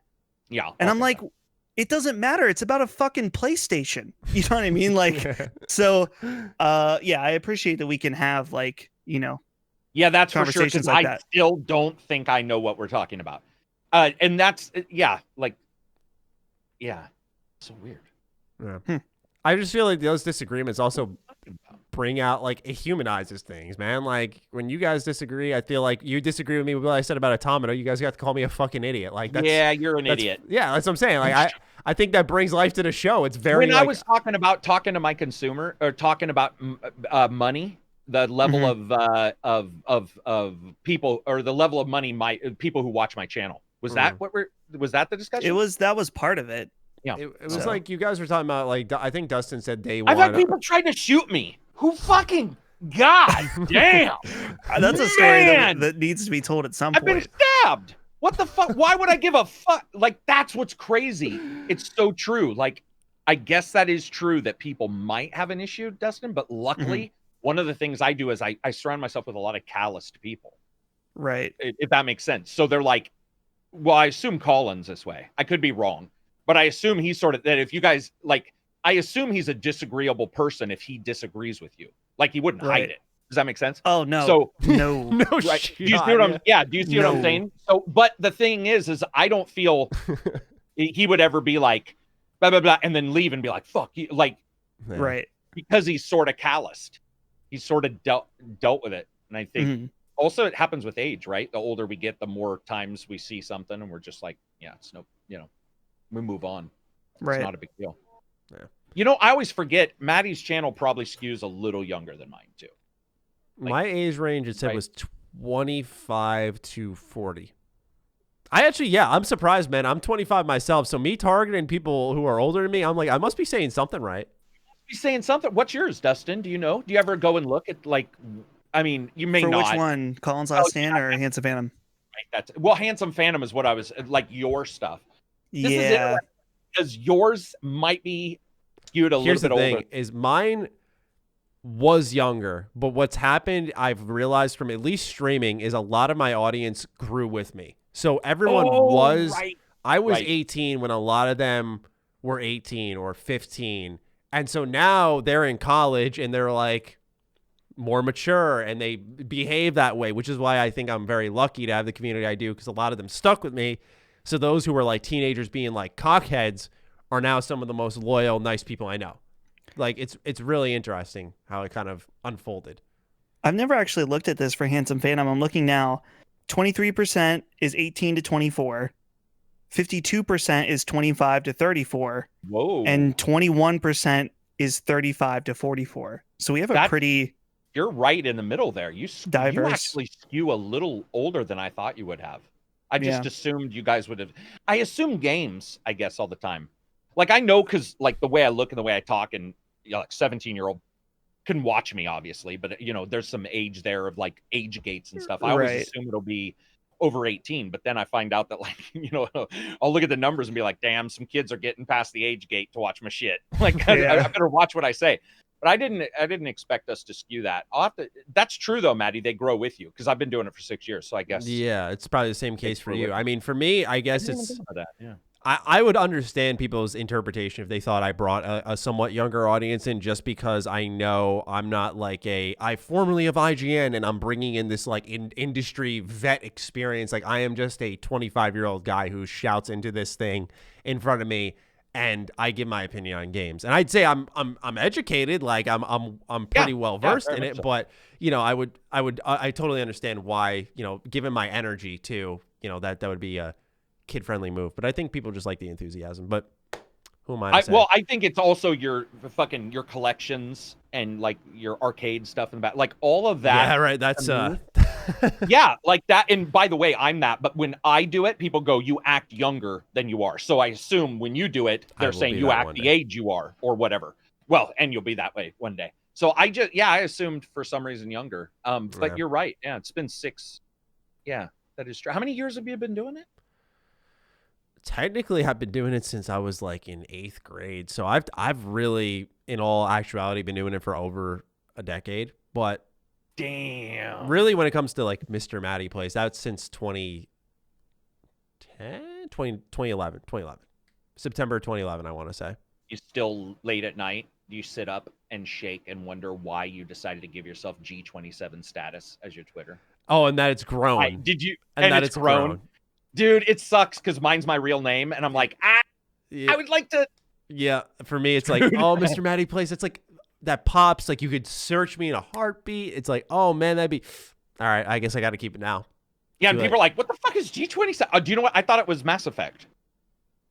Oh, dude, the amount of theories I've heard, it's ridiculous, dude. What's yours, Dustin? Is it your name or is Dustin it Can't Fly? Dustin Can't Fly, of course. Yeah, of course. Which I don't even really know where I thought of that, but it didn't need a number at the end. That was the reason I went with it, and it was right. And you could easily remember it. Mm-hmm. So you can. I've stuck with it. It's a good handle. I like it. You guys have better handles than me. Mine is just like, what the fuck happened, bro? Yeah, it's just we not make mistakes. Right. AngryCentaurGaming. It happens. That's true. Dude, I got my YouTube channel name right at least. That's I know. What I'm happy about. And it was so funny because I had a chance to change it. And I was like, I didn't think I was gonna do this. That's what happened on my Twitter. D&D joke, yeah. That's what happened on my Twitter. Like, I was just like, I had 500 followers. I'm like, I'm too deep now. I remember saying that to my friends in high school. I was like, fuck, bro, my following's too big now. 28,000 later. Fuck. Whoop. Yeah. Now I am too big to change. Now you are too big. Yeah. Anyway, ladies and gentlemen, we hope you enjoyed episode 270. Of the H.A.M Radio Podcast. It's getting up there where once we hit the 300s, I'm really going to fuck up the numbers. We hope you enjoyed. If you got this deep, I mean, I don't know what hashtag you should even be using at this point because so much went down. You know, Like, I feel like the Truman Show was really the highlight here. No. You said something about show your not in expertise. You were talking about. You said show my expertise. No, because you were talking about having sex, and you said I don't want people to have to watch my not clumsiness, but you used a word. My handiwork. What was the word I used? Damn! Oh, it's handy. It's handy, all right. Yeah. Craftsmanship. But it was a joke towards yourself, and you said like my lack of. Oh darn it! It's gone. Showmanship. I have like every word but it. That's. I'm gonna have to start writing weird shit down as we say them during the podcast. All right. We can use anything. Hashtag weird shit. Hashtag weird shit. It was some weird shit I said, I guess. Does that affect us? Do you think hashtags with a cuss word? I don't know hashtags at all. But Dustin may know. Do you know anything about hashtag usage? I guess. Or go ahead, Matty. Like I was gonna say maybe just so they don't get buried in like hidden replies or whatever. We'll shoot like. That's a good point. Hashtag like weird. Weird is boring. Hashtag get weird. Get weird. Yeah. Why not? We'll go with that. All right. Let us know. And with that, ladies and gentlemen. No. No. What? Hashtag good job. Oh. Because in the Phil Spencer hashtag. Oh my God. Yes. Hashtag good job. Because that'll I thought Karak would stop me. He's like, how could you end it like that? I'm like, no. It popped in my head, and I would have really been angry physically at myself had I not remembered that one. Yeah. Hashtag good job. If we got Phil to tweet at dude, fucking Dustin, I always worry when I ask people to go to stuff when I've been sitting here bad talking Todd or whatever, and you're like, hey, you want to come on? He's like, yeah, I'll check out one of your podcasts. I'm like, Todd's a fucking robot. Yeah. You wonder why it's hard for us to get guests, and then you just listen to Karak or I speak for like a fucking minute. It's just like, maybe not. Thanks anyway. All right, ladies and gentlemen, hope you enjoyed, and with that, we are going to sign off. Let us know if you got this deep. Hashtag nice job. Peace out. Peace out. See ya.